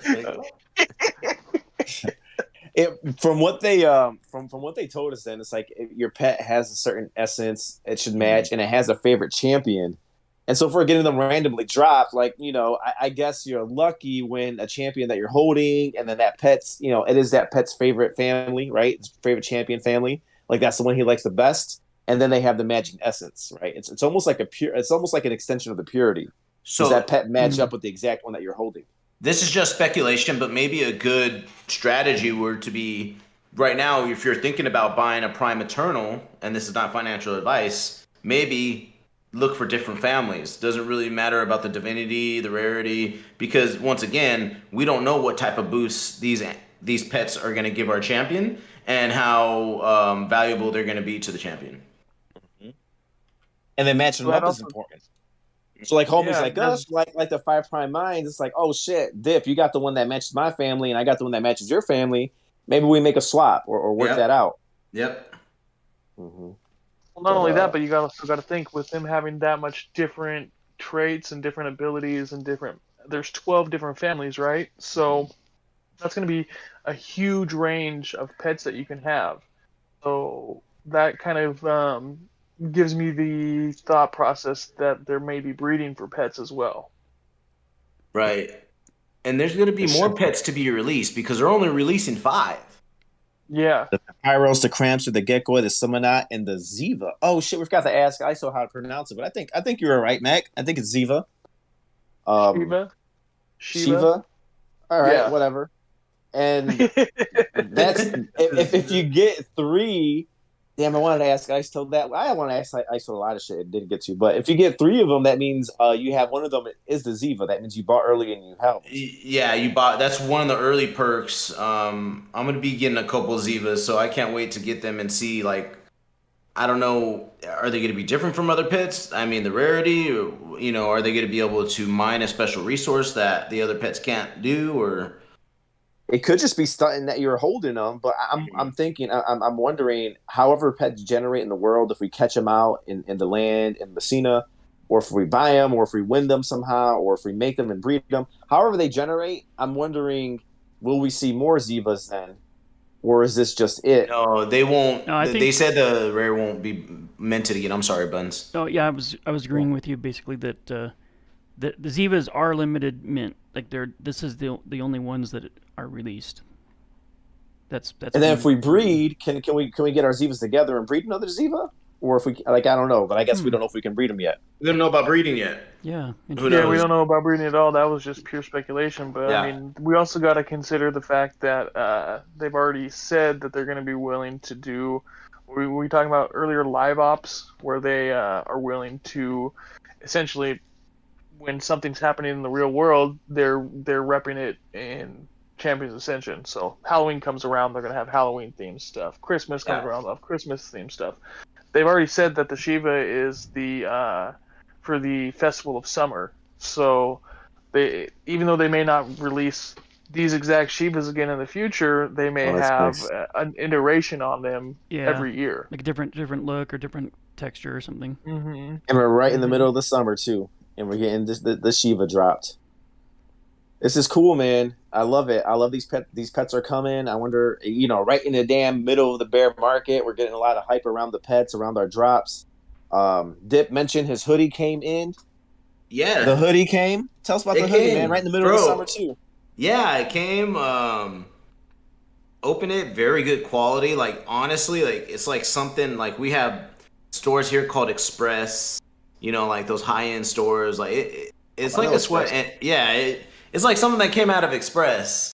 It's a little trendy. It's cool. It's for the cool kids. Yeah, bro. I'm glad I got an extra 2X though, because a 2X fits like an extra large. Like it's, it's more of a, like, how do you say, a hipsters? Fitted like hipster. Fitted hipster. I like it though, bro. I dig it. I'm like, man, dude, I would wear this going out to eat, like going to Outback Steakhouse, or like, it's a nice sweater, bro. So fancy. Yeah, double stitched.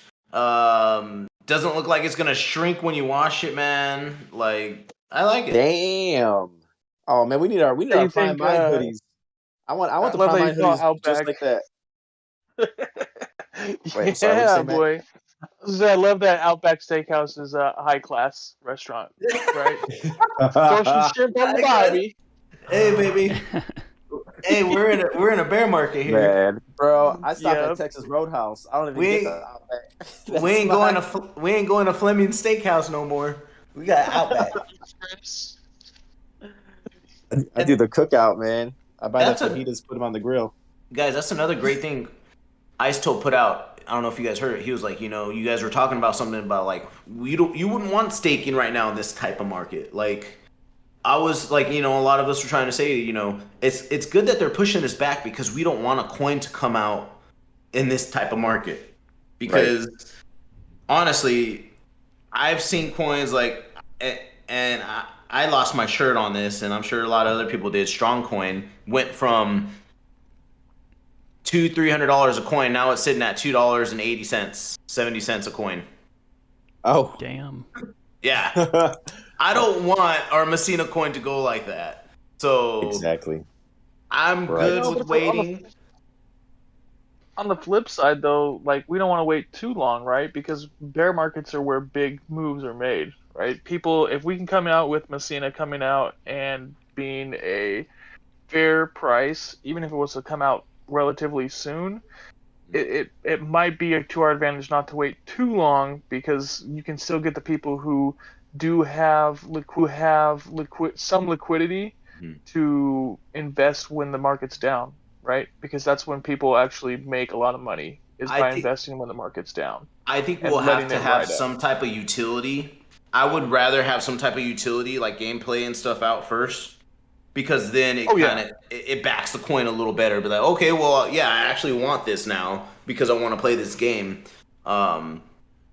He mentioned it again, and I don't know if we knew the timeline, but he said this fall, right? Like I caught that real quick. He was like, "Yep, when the fighting, when the alpha fighting comes out this fall." We're looking at what is July, August, September, October, a few months from now. Yeah. Sounds like right before the Halloween, the new release of the new Elementals. Hopefully, right? We didn't ask that detail. Is it before the Elemental drop or is it after the Elemental drop? We said before it should definitely be before the Elemental drop, so we can build some of the demand. It has to be. It has to be, because otherwise we're not gonna. If we have alpha gameplay to be able to market, then we will have something like I was speculating previously of like a 50,000 Elemental mint, because then we'll have people. We'll be able to market it to enough people to be able to justify having that big of a mint, right? Mm-hmm. Like I was in another program or another project for Batman NFT cows, and they were trying to mint 200,000 of them. Dang. At a fiat $300 price, right? And I think they minted something like 2,000 or 3,000 of them, and that's it, because they did so little marketing and they had no utility. Whereas if we have the alpha gameplay for play and earn game out there, and obviously Jam City and Champions Ascension has already shown that they can get 100,000 people in the Discord. It's just about bringing that kind of community engagement back, and I really think if they market it to actual gamers rather than just to NFT people, then we have the ability and the possibility to be able to bring in a big enough draw to fill a $50,000 mint, especially if they're going to make it because right now it's possible still to just purchase an idea. with credit cards. Yeah. Oh yeah. It's not. If It's not they're real yet. going to introduce. All you guys trying to talk. Sorry. No, I want to reiterate that point, man.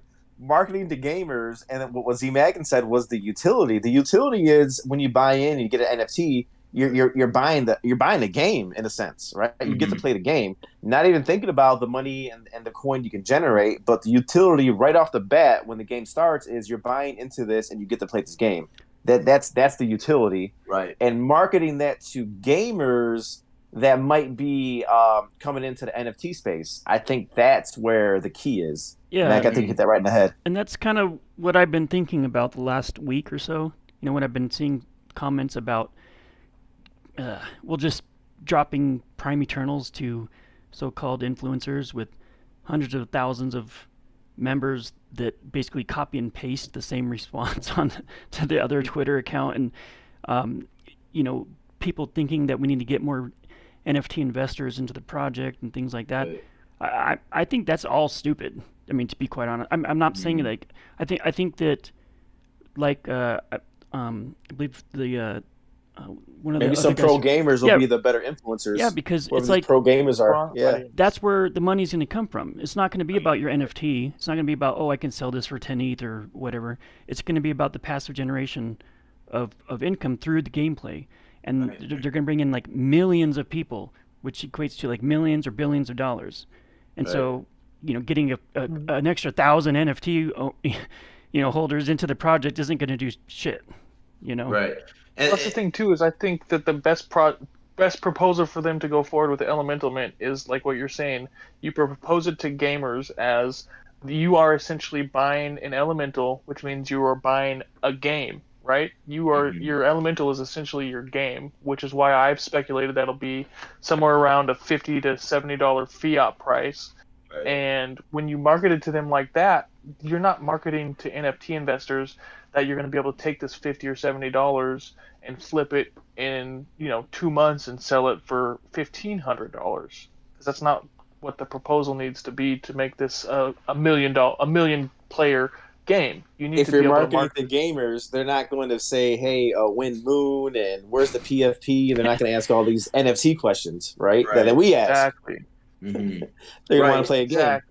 And the biggest thing is we have 7622. So this is my thinking, and it's purely speculation. The elemental drop has to be more than 7622 because ours is the rarest. This is just for me thinking. Now, would I want that to go to a bunch of NFT investors? Probably not, because most of the time they're just going to try to sell for a profit. And that's just how the culture is built in the NFT space, right? You get 0.1 or 0.2 profit and you sell it and you don't care. We're really trying to reach to the people who care, like the ones that, play League of Legends, the ones that play World of Warcraft, the people that play Call of Duties and Halos. We want those people, because ultimately they're not going to keep trying. They're not going to be wanting or motivated to take money out of the game. They're going to want to be putting money in the game, as far as buying elementals, buying skins, buying gear, right? And that's the biggest concern some of our members have had about the scholarship program, whereas you're going to get people in the scholarship program just doing it for the money, and they're going to be cashing out this stuff all the time, which could affect our economy because it could affect the coin. Now, in order to, better protect that, we got to, I feel, this is my feeling, that you have to surround it with gamers, because people are going to game. If the game is good, gamers are going to flock. I would say that's step one of this idea, because I think down the road it's going to be casual gamers. It's going to be not just the ones that want to get into the Coliseum and battle it out. It's going to be the ones that want to go feed their pet and buy them some sunglasses. Or do some farming the land, right? Yeah, walking around Messina, finding loot, like stuff just like that. Playing little mini games that has nothing to do with anything, but they need that coin, or they need that. They need to buy stuff from us in order to play or. That's the thing too, is for Jam City to make this a lucrative game for them, based on what they've said, with them not really pushing out a lot of other things, and then want it to be an actual in-game economy. They need microtransactions to make money. There you go. Right? To be able to do that, they need a large player base of people who are actually playing the game, not just people who are looking to come in for the scholarships and earn money. Right. I mean, those people are gonna do some microtransactions because they're gonna earn money. Then they're gonna spend that money to get better gear so they can earn more money by playing, right? But once they reach that point, they're not going to be spending any more money at all. And a good person who's running the scholarships will be the one that has the prime, that's getting those tokens, that's going to actually invest in that for them, right? So that way their scholars can be out there earning the max amount of money for them. So that scholarship is not a long-term sustainable revenue generator for Jam City itself either. So, well, and the other thing in the long run, is this getting more people in that are casual gamers benefits us and Jam City more. And just to also throw out another idea is that this is just this one project that we're talking about. Like everything we're talking about and everything we're speculating, all of these different revenue avenues of revenue is only Jam City and only Champions Ascension. And they said that they want to extend a hand of invitation to other projects and have a DAO where we can be bringing in people from other projects, and maybe they're earning things in their projects, but they can come into our game and spend it in our game, or purchase something from us in order to spend in their game. And so I think I like the partnerships. The more the merrier. Yeah. So I think we're just looking at the tip of the iceberg, and I think this is going to be huge. Yeah, definitely. And my thing is, I'm really interested to see what they do with the marketing in the next couple of months, because the Elemental Mint is going to be coming up around, they said around, October 31st, around that time. And it's going to be interesting to how many elementals they're going to release to be minted. That's what I'm going to be looking at, and how much they're going to be. And the biggest thing is the crowd, the audience, Yeah, who are they marketing to? Yeah. Marketing to us, because we already want them, Jam City. We want them. we don't gotta market to us. You can say right. There's how many holders? 7622. Some are selling, but a lot of people are still bought into the project. 2,200 holders right now. Yeah. Oh, 22. Okay, 2,200 holders. Yeah, let's put it that way. So you're probably gonna sell 2,200 of them. Now you got to add about 48,000 more. You know what I'm saying? Did that Or 50K. 98,000 more like customers. Like we're built in. Yeah. I'm gonna grab at least one, maybe a Fire Wings. Yeah, definitely. But with that said, too, it's like we also, and we brought this up with Prime Minds, even though we don't come, all the time with you, we talk, we talk amongst ourselves a lot. But we talked about, is it worth grabbing a few elementals? But where's the floor at right now for the Prime Eternals, right? Why not just throw $400 up and grab another Prime Eternal? I think that's where I'm at right now. I think they're going to be One cheap. that's generating. I really think the elementals are going to be $50 to $75. Mm-hmm. That's what Mackin said. I agree. Or even lower, dude. It could possibly even be lower too. Yeah. Because you got to think how much does a game cost these days? Like $60? $65. $70. Yeah. But you also got to think like they want to make it so that people can come in and possibly breed too, right? So like if you're talking, it's going to cost $150 to be able to get 2 champions to breed. That might be too high of a barrier point for some people. I don't know. But if you I bought a $300 package for another game, like just how you can pre-purchase to support the game, like on whatchamacallit? Kickstarter and stuff. I mean, I've spent up to $300. You're Big Daddy Money, Gonzaga. You're Big Daddy Money bags, bro. Like we don't all got it like you. No, I'm just mean like gamers are, they're willing to spend money on exactly. On the game they believe in. Gamers aren't going to be the guys that are going to go to the bar and drop $300. They're going to go home and they're going to drop $300 on their game. That's the crowd we want. Right? That's what I'm saying. Yeah, I'd rather even a higher price point. Like the more the elementals are, obviously the more the P's will be, right? 70 and all that's good, but shit, if we can create a great demand and they're $200 for an elemental, even better. It's about creating that damn That's demand. going to be the market, dude. That's going to be the market after the mint, right? They're going to do mint, so that's cheap entry point. But after that, I'm not sure if they're going to do another mint, man. And the market is going to be 100% driver of the cost. So we just got to make sure we have at least a bunch of people that will be able to mint these. The world needs to know about it. The world needs to know. And honestly, with the custodial wallets, man, that's why I'm saying we don't need to go to the NFT. We don't need to do the NFT industry, bro. With those custodial wallets and reaching out to the masses, let's go to gaming conventions. Let's go to the gaming convention in Las Vegas. Let's talk to guys over there. Let's connect with people over there, right? Like, let's do it. Just do different things like that. And that's what I've been thinking. I'm like, man, there's so many gaming conventions, and I know so many gamers online that are always looking for new games. Always. Wait, when's the gaming convention in Vegas? Because I know the Prime Minds Alpha, we're thinking about doing a meetup in Vegas. Yes, sir. When is that? Is that coming up? We talked about it briefly. I was a little drunk when we did. No, I'm saying the gaming convention. Maybe we do it then. Yeah, that would be wonderful, bro. And I think that's the best place to get it out. Hell yeah. There's also Global Gaming Expo, October 10th. Yep. Because you got to think, bro, you're telling a gamer, we're telling gamers, hey, you will actually own this. When a new game comes out, you're never going to lose it. And guess what? You could be able to trade it with other people, or you can sell it. It's not worthless. And gamers that's awesome. are going to love that. It is. Yeah.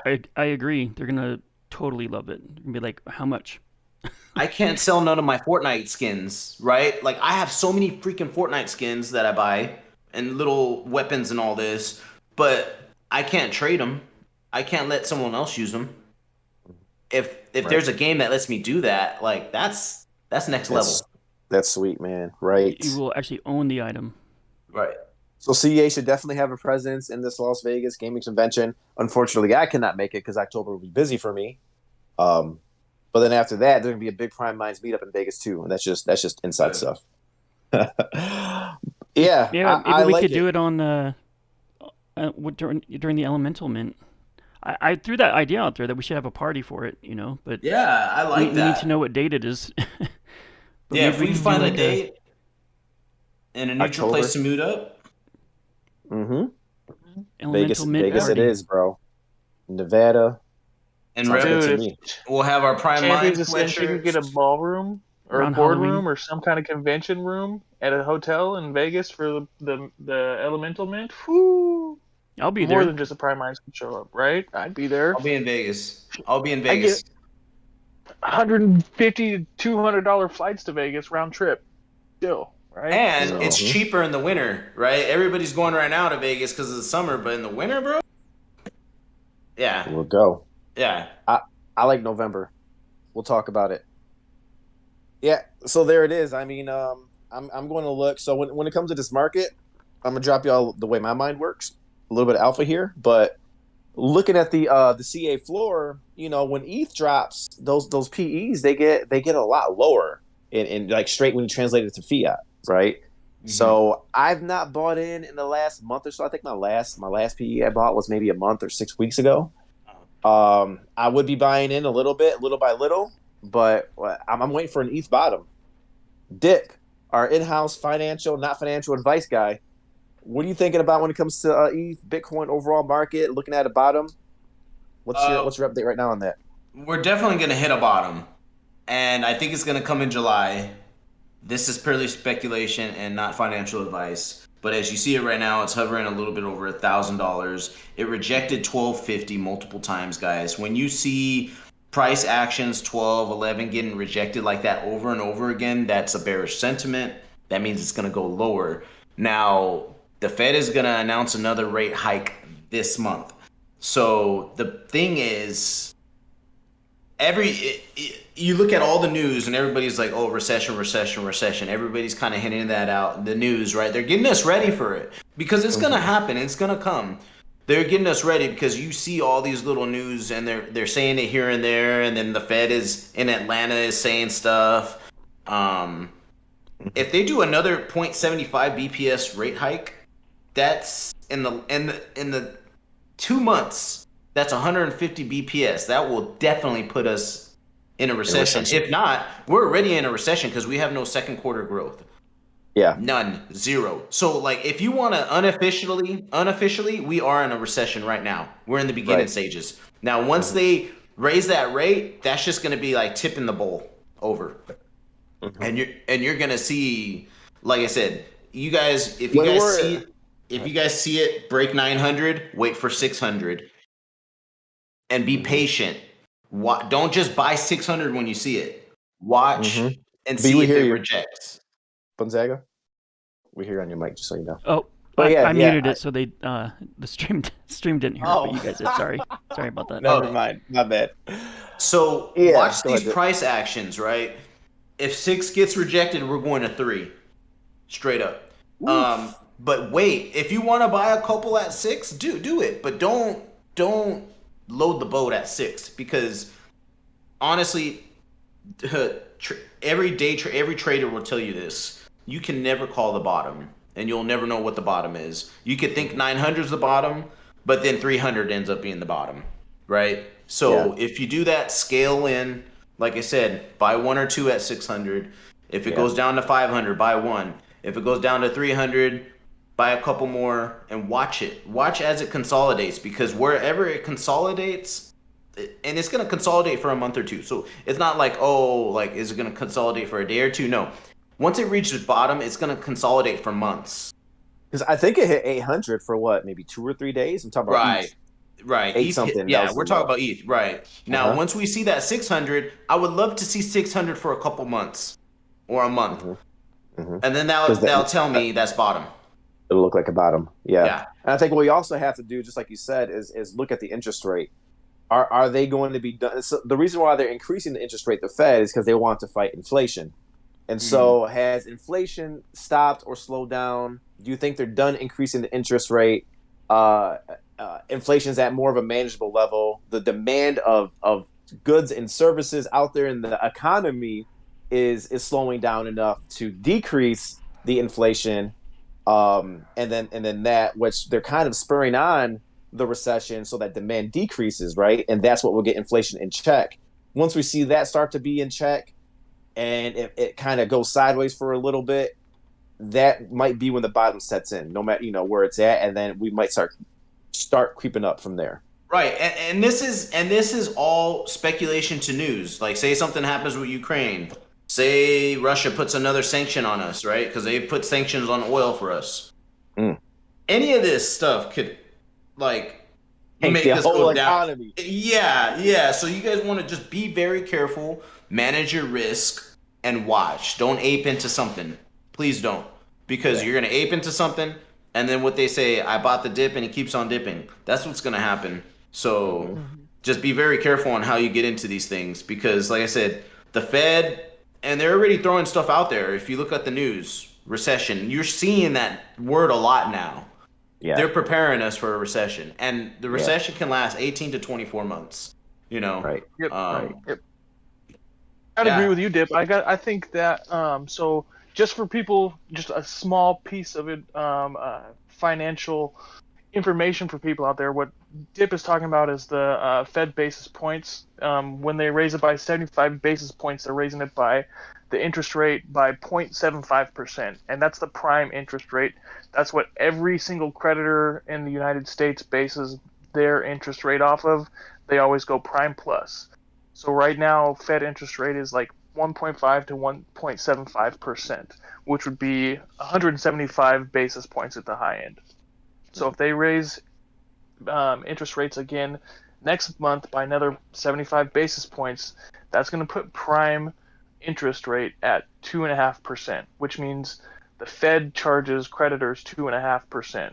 So then the creditors automatically include that in your interest rate, and it's prime plus, so that plus is the interest rate that they are charging you to make money for themselves, right? So when we're talking mortgages right now being 5.5%, before they announced the last rate hike, that meant they were doing at when the prime rate was about 1%, they were doing prime plus 4.5%. So if your prime interest rate goes up to 2.5% and they're doing prime plus 4.5%, that means mortgage rates are going to go up to 7%. Yeah. And everything else goes up. That's an adjustable APR. Yep. Anything that has a fixed APR stays the same. Adjustable rates change based on prime, though. And what that does is they're trying to obviously fight inflation, but we've had inflation at over, I think it's 4.6% inflation for more than a year right now, which those metrics alone we should have been in recession a while ago, right? So when you take that into consideration, the fact that we haven't been actually trying to combat inflation while it's been rampant for the last 8 months, the Fed's way behind the game. What their late actions are going to do is they're essentially going to tank the economy for a couple months. Yeah. And they're talking about this recession possibly lasting up to 2 years. So when Dip says, don't look at fucking 900 and think that's the bottom, then it goes to 600, then goes down to 300, like, do your down dollar cost averaging if you want to invest, but remember, like, we are on the cusp of going into a recession. That's probably going to be a long-term recession, and we're talking, interest rates could possibly go up to 10% for mortgages, things like that. Damn. Right? A lot of people are going to lose their houses if that happens, man. Yeah. Yep. Well, if they have the adjustable rate. Yeah. Yeah, a lot of people haven't done that, but it's going to stop people from wanting to buy new houses, which slows all that does. We're looking to slow the demand down. The economy. Slow the economy down, so demand starts being so high, so prices start leveling off, and I don't think they'll drop, right? But leveling off, the inflation stops climbing is what we're looking for. So we're looking for it. So in a sense, like they're kind of looking to spur they'll never say it, but they want to cause some sort of a recession, right? That's what that is. So they can get them lower. Slowing the economy down, to slow the inflation down. So that's what we're looking for. And I think Dippy said one key thing is you don't have to rush to buy the bottom neither. It's going to be in the bottom for a while. Like it'll be there. It'll be there when you see it. So you don't have to rush there neither. You do some DCA on the ETH, and then that's how you look to enter in slowly. Oh yeah, you'll definitely know. And I'm a little bit more bearish than you did, but I personally think ETH's probably going to go down to like 150, 200. I say 186, the lowest. But I'm just like, I don't know. Jesus Christ. Yeah. Y'all are calling it. Oh my God. That is low. And when I think it was ETH was at 2,300, I was like, man, this shit's going to go down to 900. and everybody's, oh, you're crazy, you're crazy. Yeah, like, that shocked me.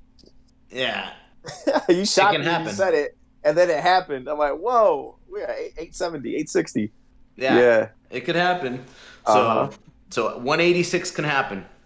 We don't know. That's the biggest thing. We don't know. And then but also like the value of our primes, like I think like we've been done an okay job at adjusting the price of the ETH, but I think there's some opportunity there when it first starts dropping to get some of the prime eternals at a discount. But I think as time goes on and ETH goes lower and lower, I think the strength of our project means that the prime eternals value will go up in ETH. You know, so yeah, definitely, it might be a good hedge. I think 100%. a lot of people are gonna panic, and fear is gonna set in, and some people will sell their primes for. If ETH's at 186, some people are gonna sell their primes for $50. That's a great opportunity for us. Damn. For like 0.4, right? I'll be buying like crazy then. That's what I'm saying. I doubt. I mean, you got to think.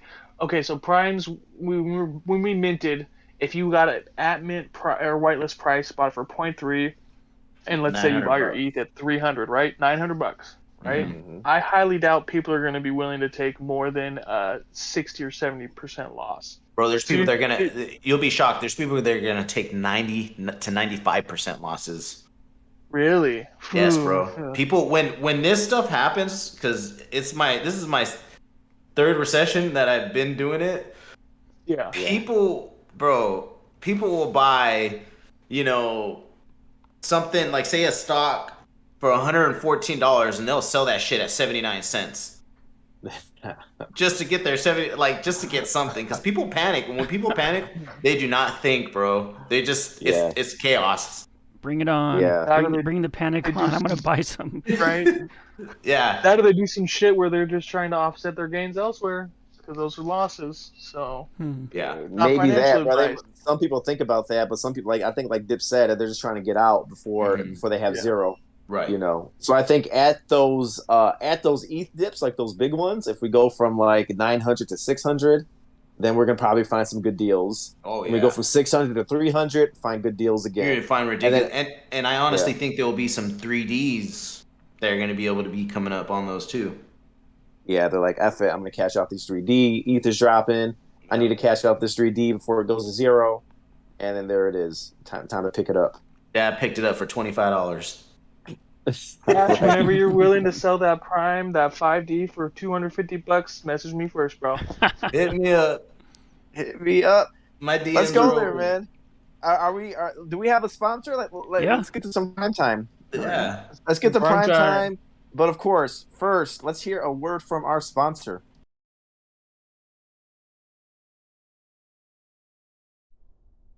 Prime Time is brought to you by founding guild The Pack. Got a long week at the forge ahead? Struggling with how you'll fit in a good meal before rushing off to see the night games at the arena? Or do you simply want to take your own food to avoid Coliseum upcharges? Well, this week at the Pizza Den, when you purchase an extra large one-topping pizza, you'll receive a free pack of beer. To receive this sale, simply state the phrase, "Once you're in the pack, we'll always have your back." Offer valid to all residents of Messina. Current The Pack Guild ID guarantees priority line access and 20% essence discount. Pizzas can be made with or without pineapple or select Peacemaker for a half and half pizza.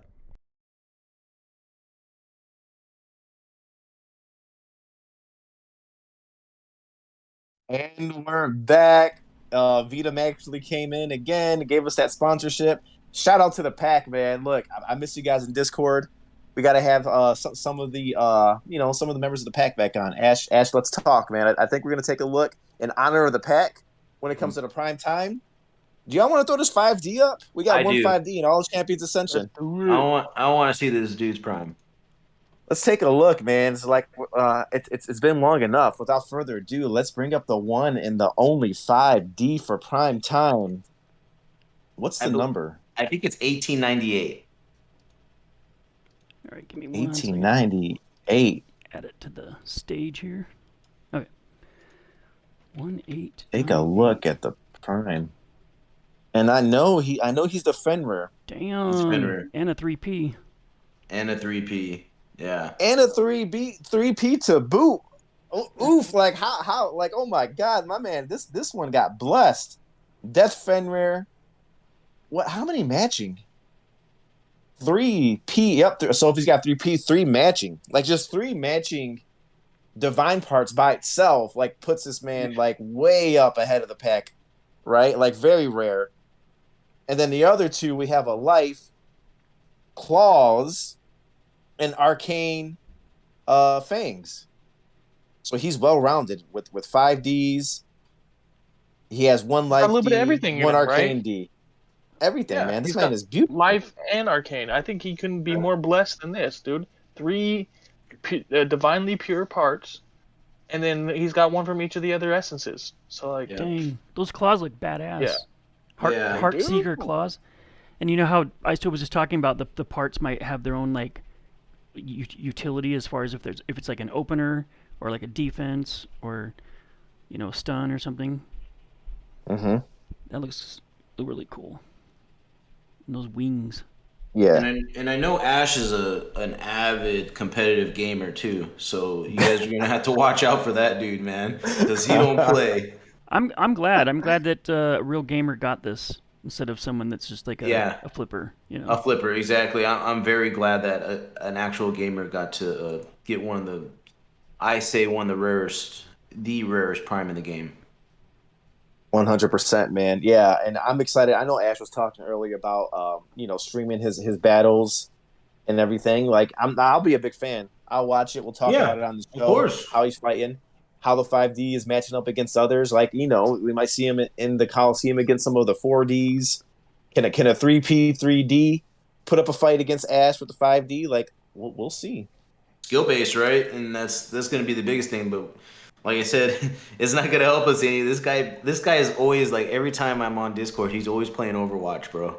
This guy games like all the time. So imagine when this game comes out, this dude is just going to be crazy. Right. Yeah, this one's great. Like we said, just only one 5D, got some 3P to go with it. Yeah, he's gonna be something to watch. Let's pull up that other one. I'm digging it. You guys were talking about that 2107. Oh yeah, 2107. See, these are the one. This is the one we're talking about, to where it could be a 0-0, but it has an epic and multiple rare parts, which we don't know if they each of those parts have their own meter to where they could do a special move. Because if it is, then this thing's going to be pretty powerful. Mm-hmm. This one's on the market. Let's see. Yep. It is the Keymaster. And where's the Keymaster going for? Yep, 23.8. That's crazy. It's like the 23.8. ultimate undivine or unpure. Right. It's like 5 arcane. 5 arcane. Oh, it's unpure. That's with a pretty death cool. essence. Well, that makes her pretty though, right? When you're still matching all the traits up. Well, she's a good looker anyway. I like her. I don't have a Keymaster. I'm looking for one. But yeah, when you have like all of the traits are still, they all match others. They don't match the essence, which is death. But they're all matching, which is But really cool. all 5 arcane. Bro, look at the rarity. 3%, 5%, 5%, 5%, like 2%. Yeah. The only the things that we're actually going to be using, right, are all comments. The hairstyle's rare, the piercings epic, the claws are rare, but that's the only thing that would be, in any kind of consideration of battle mechanics. Because when I look at them for battle mechanics, I'm looking at the claws, the fangs, the horn, and the tail, right? Those are the things that are going to be parts that we can actually use. The war paint, maybe even the wings. But like the war paint, the piercing. War paint might be spells, though. They said it might be like a certain spell that protects them from certain things. Yeah, but that's not an active ability that's a passive, right? Mm-hmm. Tail too. I forgot. Tails they were talking about. I mean, I think that'd be dope if they give us the ability to fly and then swoop in and do a tail sweep on someone from the air. Whew. Like I'm just thinking about all the different combat mechanics that we could have. So Yeah. Well, I mean, you can run around the ring too and come at with the tail. But this one, the Keymaster doesn't have a tail, and I wonder how that plays into the game. The ones that don't have the tails, what they're losing. Some people don't have wings, like the Ilgra, and one other one doesn't have the wings. What does that? Where's the disadvantage there? The big boys are ground based, 100% ground based. So, Yeah. And some of these wings Yeah. don't even look like they can fly. Like when we were just looking at Ashes, like his Fenrir with the wings on that thing, those don't look like it could support flying at all, right? There's no membrane there. It's just bones. Maybe it's some bones, but it it's could charged though. send It's arcane, electrical. some kind of arcane shockwave or something. Yeah.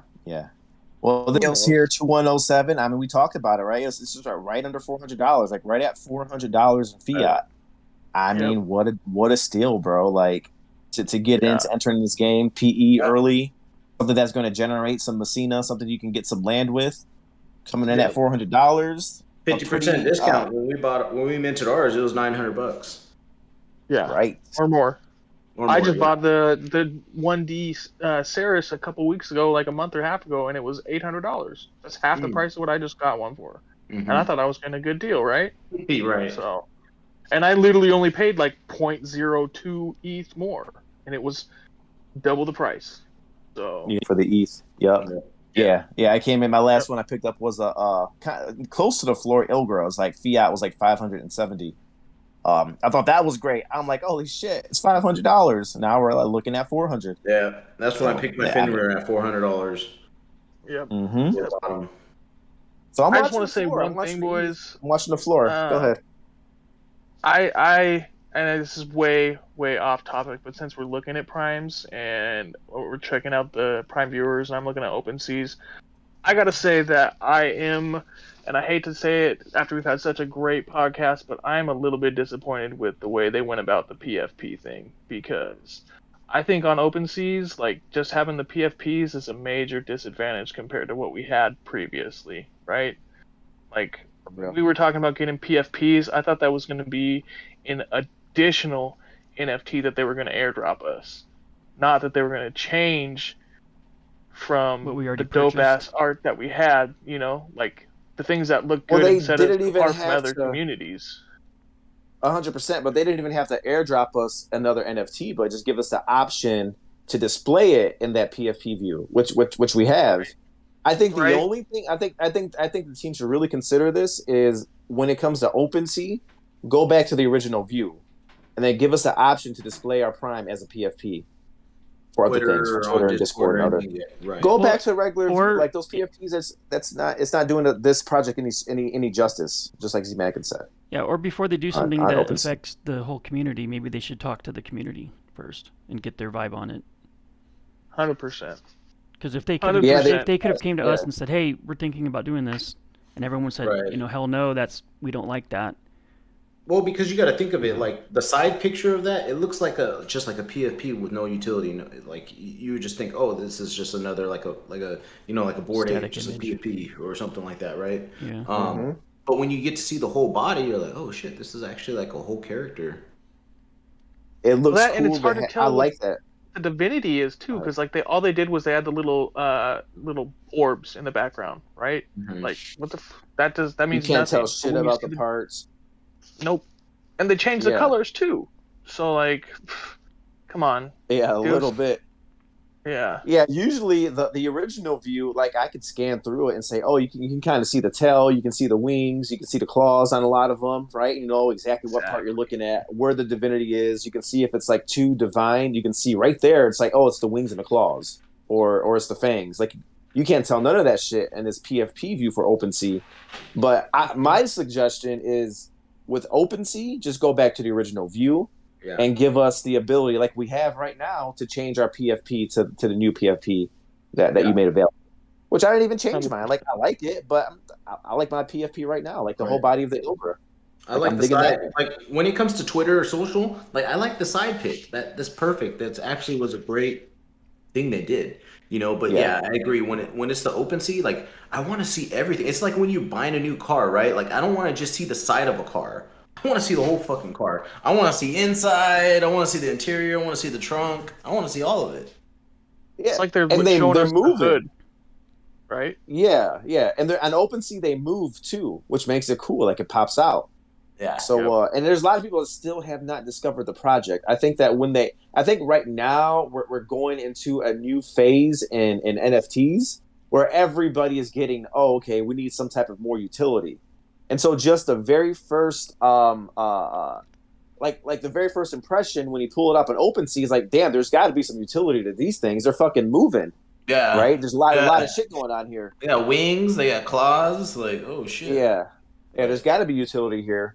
So I bet you, CA, we should actually take that to. We should try to kind of test out like a voting system.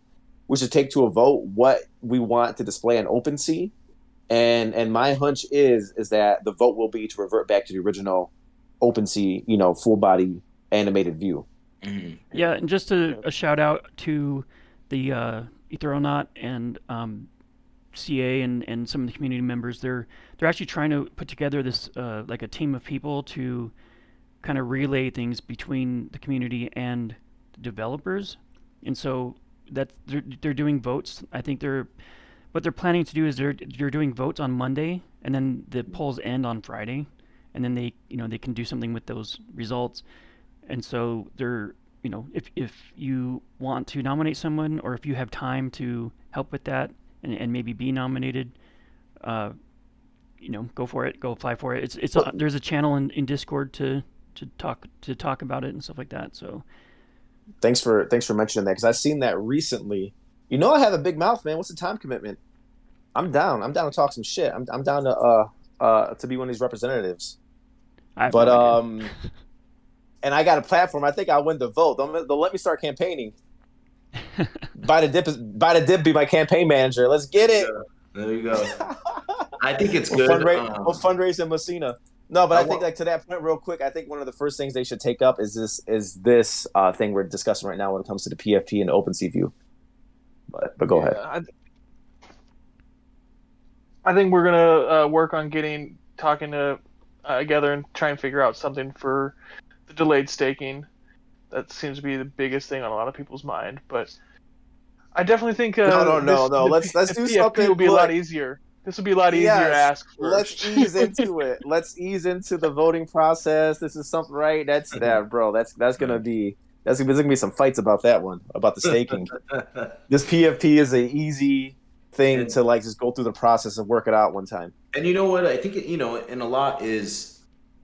for a lot of people that have invested, this might be their first bear market where some people might be over leveraged, right? Have too much invested in it. And the biggest thing is, we just got to let the team do their work. Patience is everything. Like a wealthy guy once told me, he said, my wealth wasn't made from rash decisions. My wealth was made from patience. Mm-hmm. Right. And that's how wealth is going to be made, guys. You guys, ape into the project. You just have to wait, and it will come. It will come, because I believe the team can deliver. You have guys like Icetoad, Johnny, which they're gurus in what they do. So it's just going to take time, but you definitely will.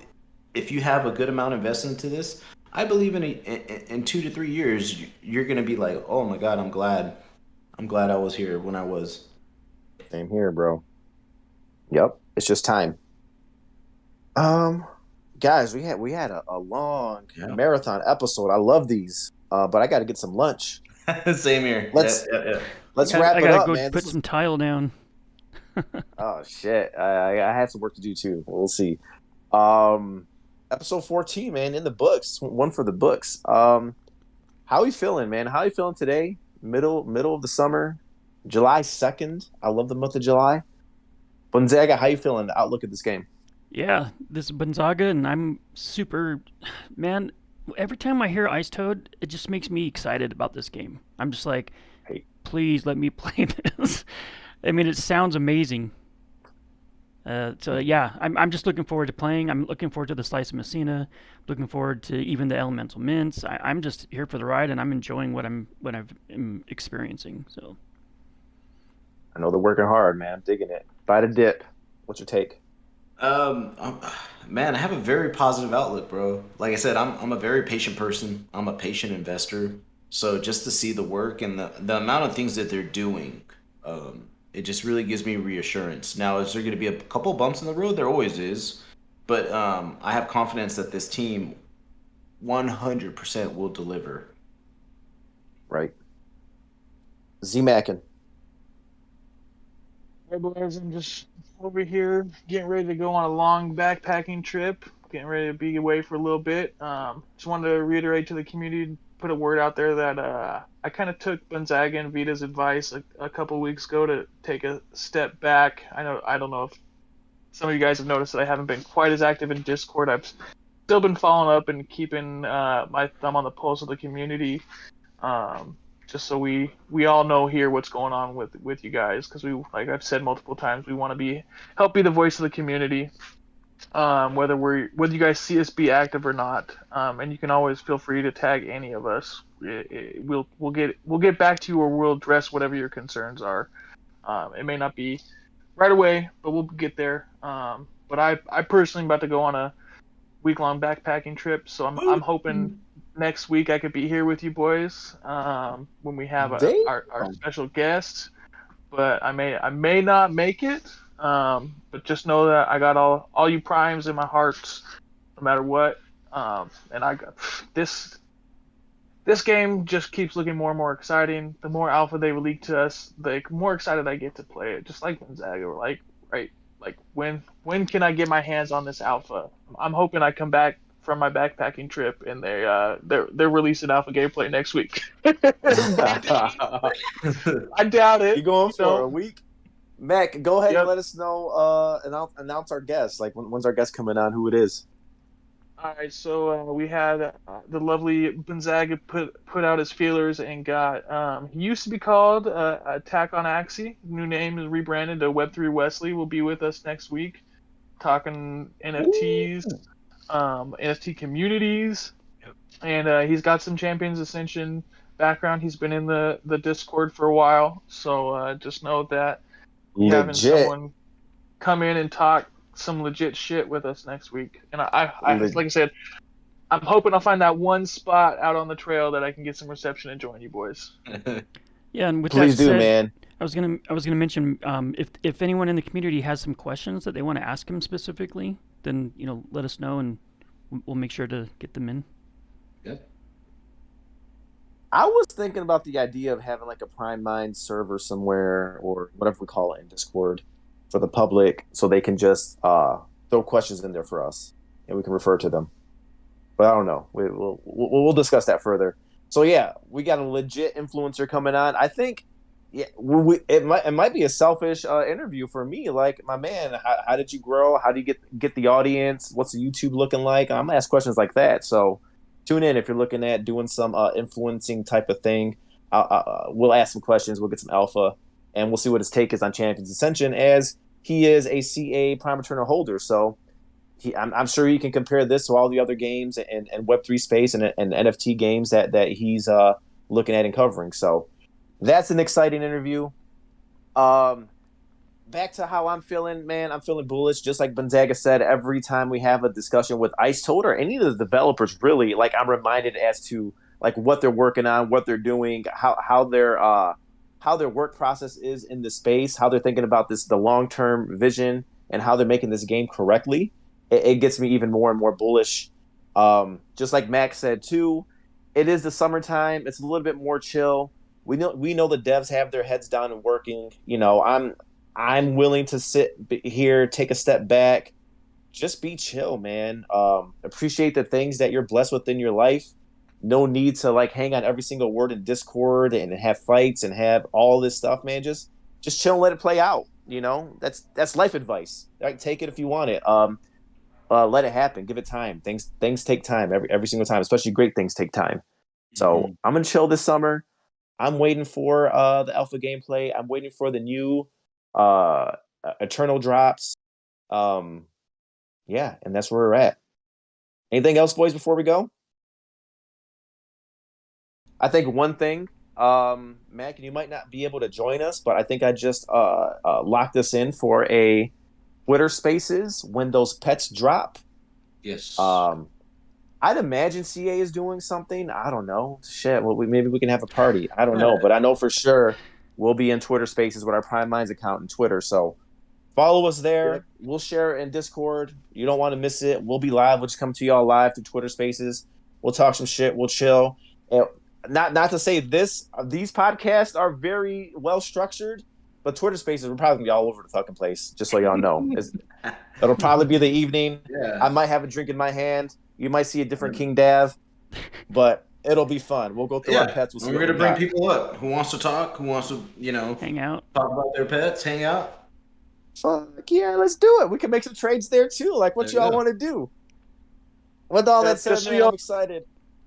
Bullish. Just so y'all know, I was gonna say, just so y'all know, since I can guarantee you I will not be here on Wednesday. I'll be deep in the Alpine wilderness.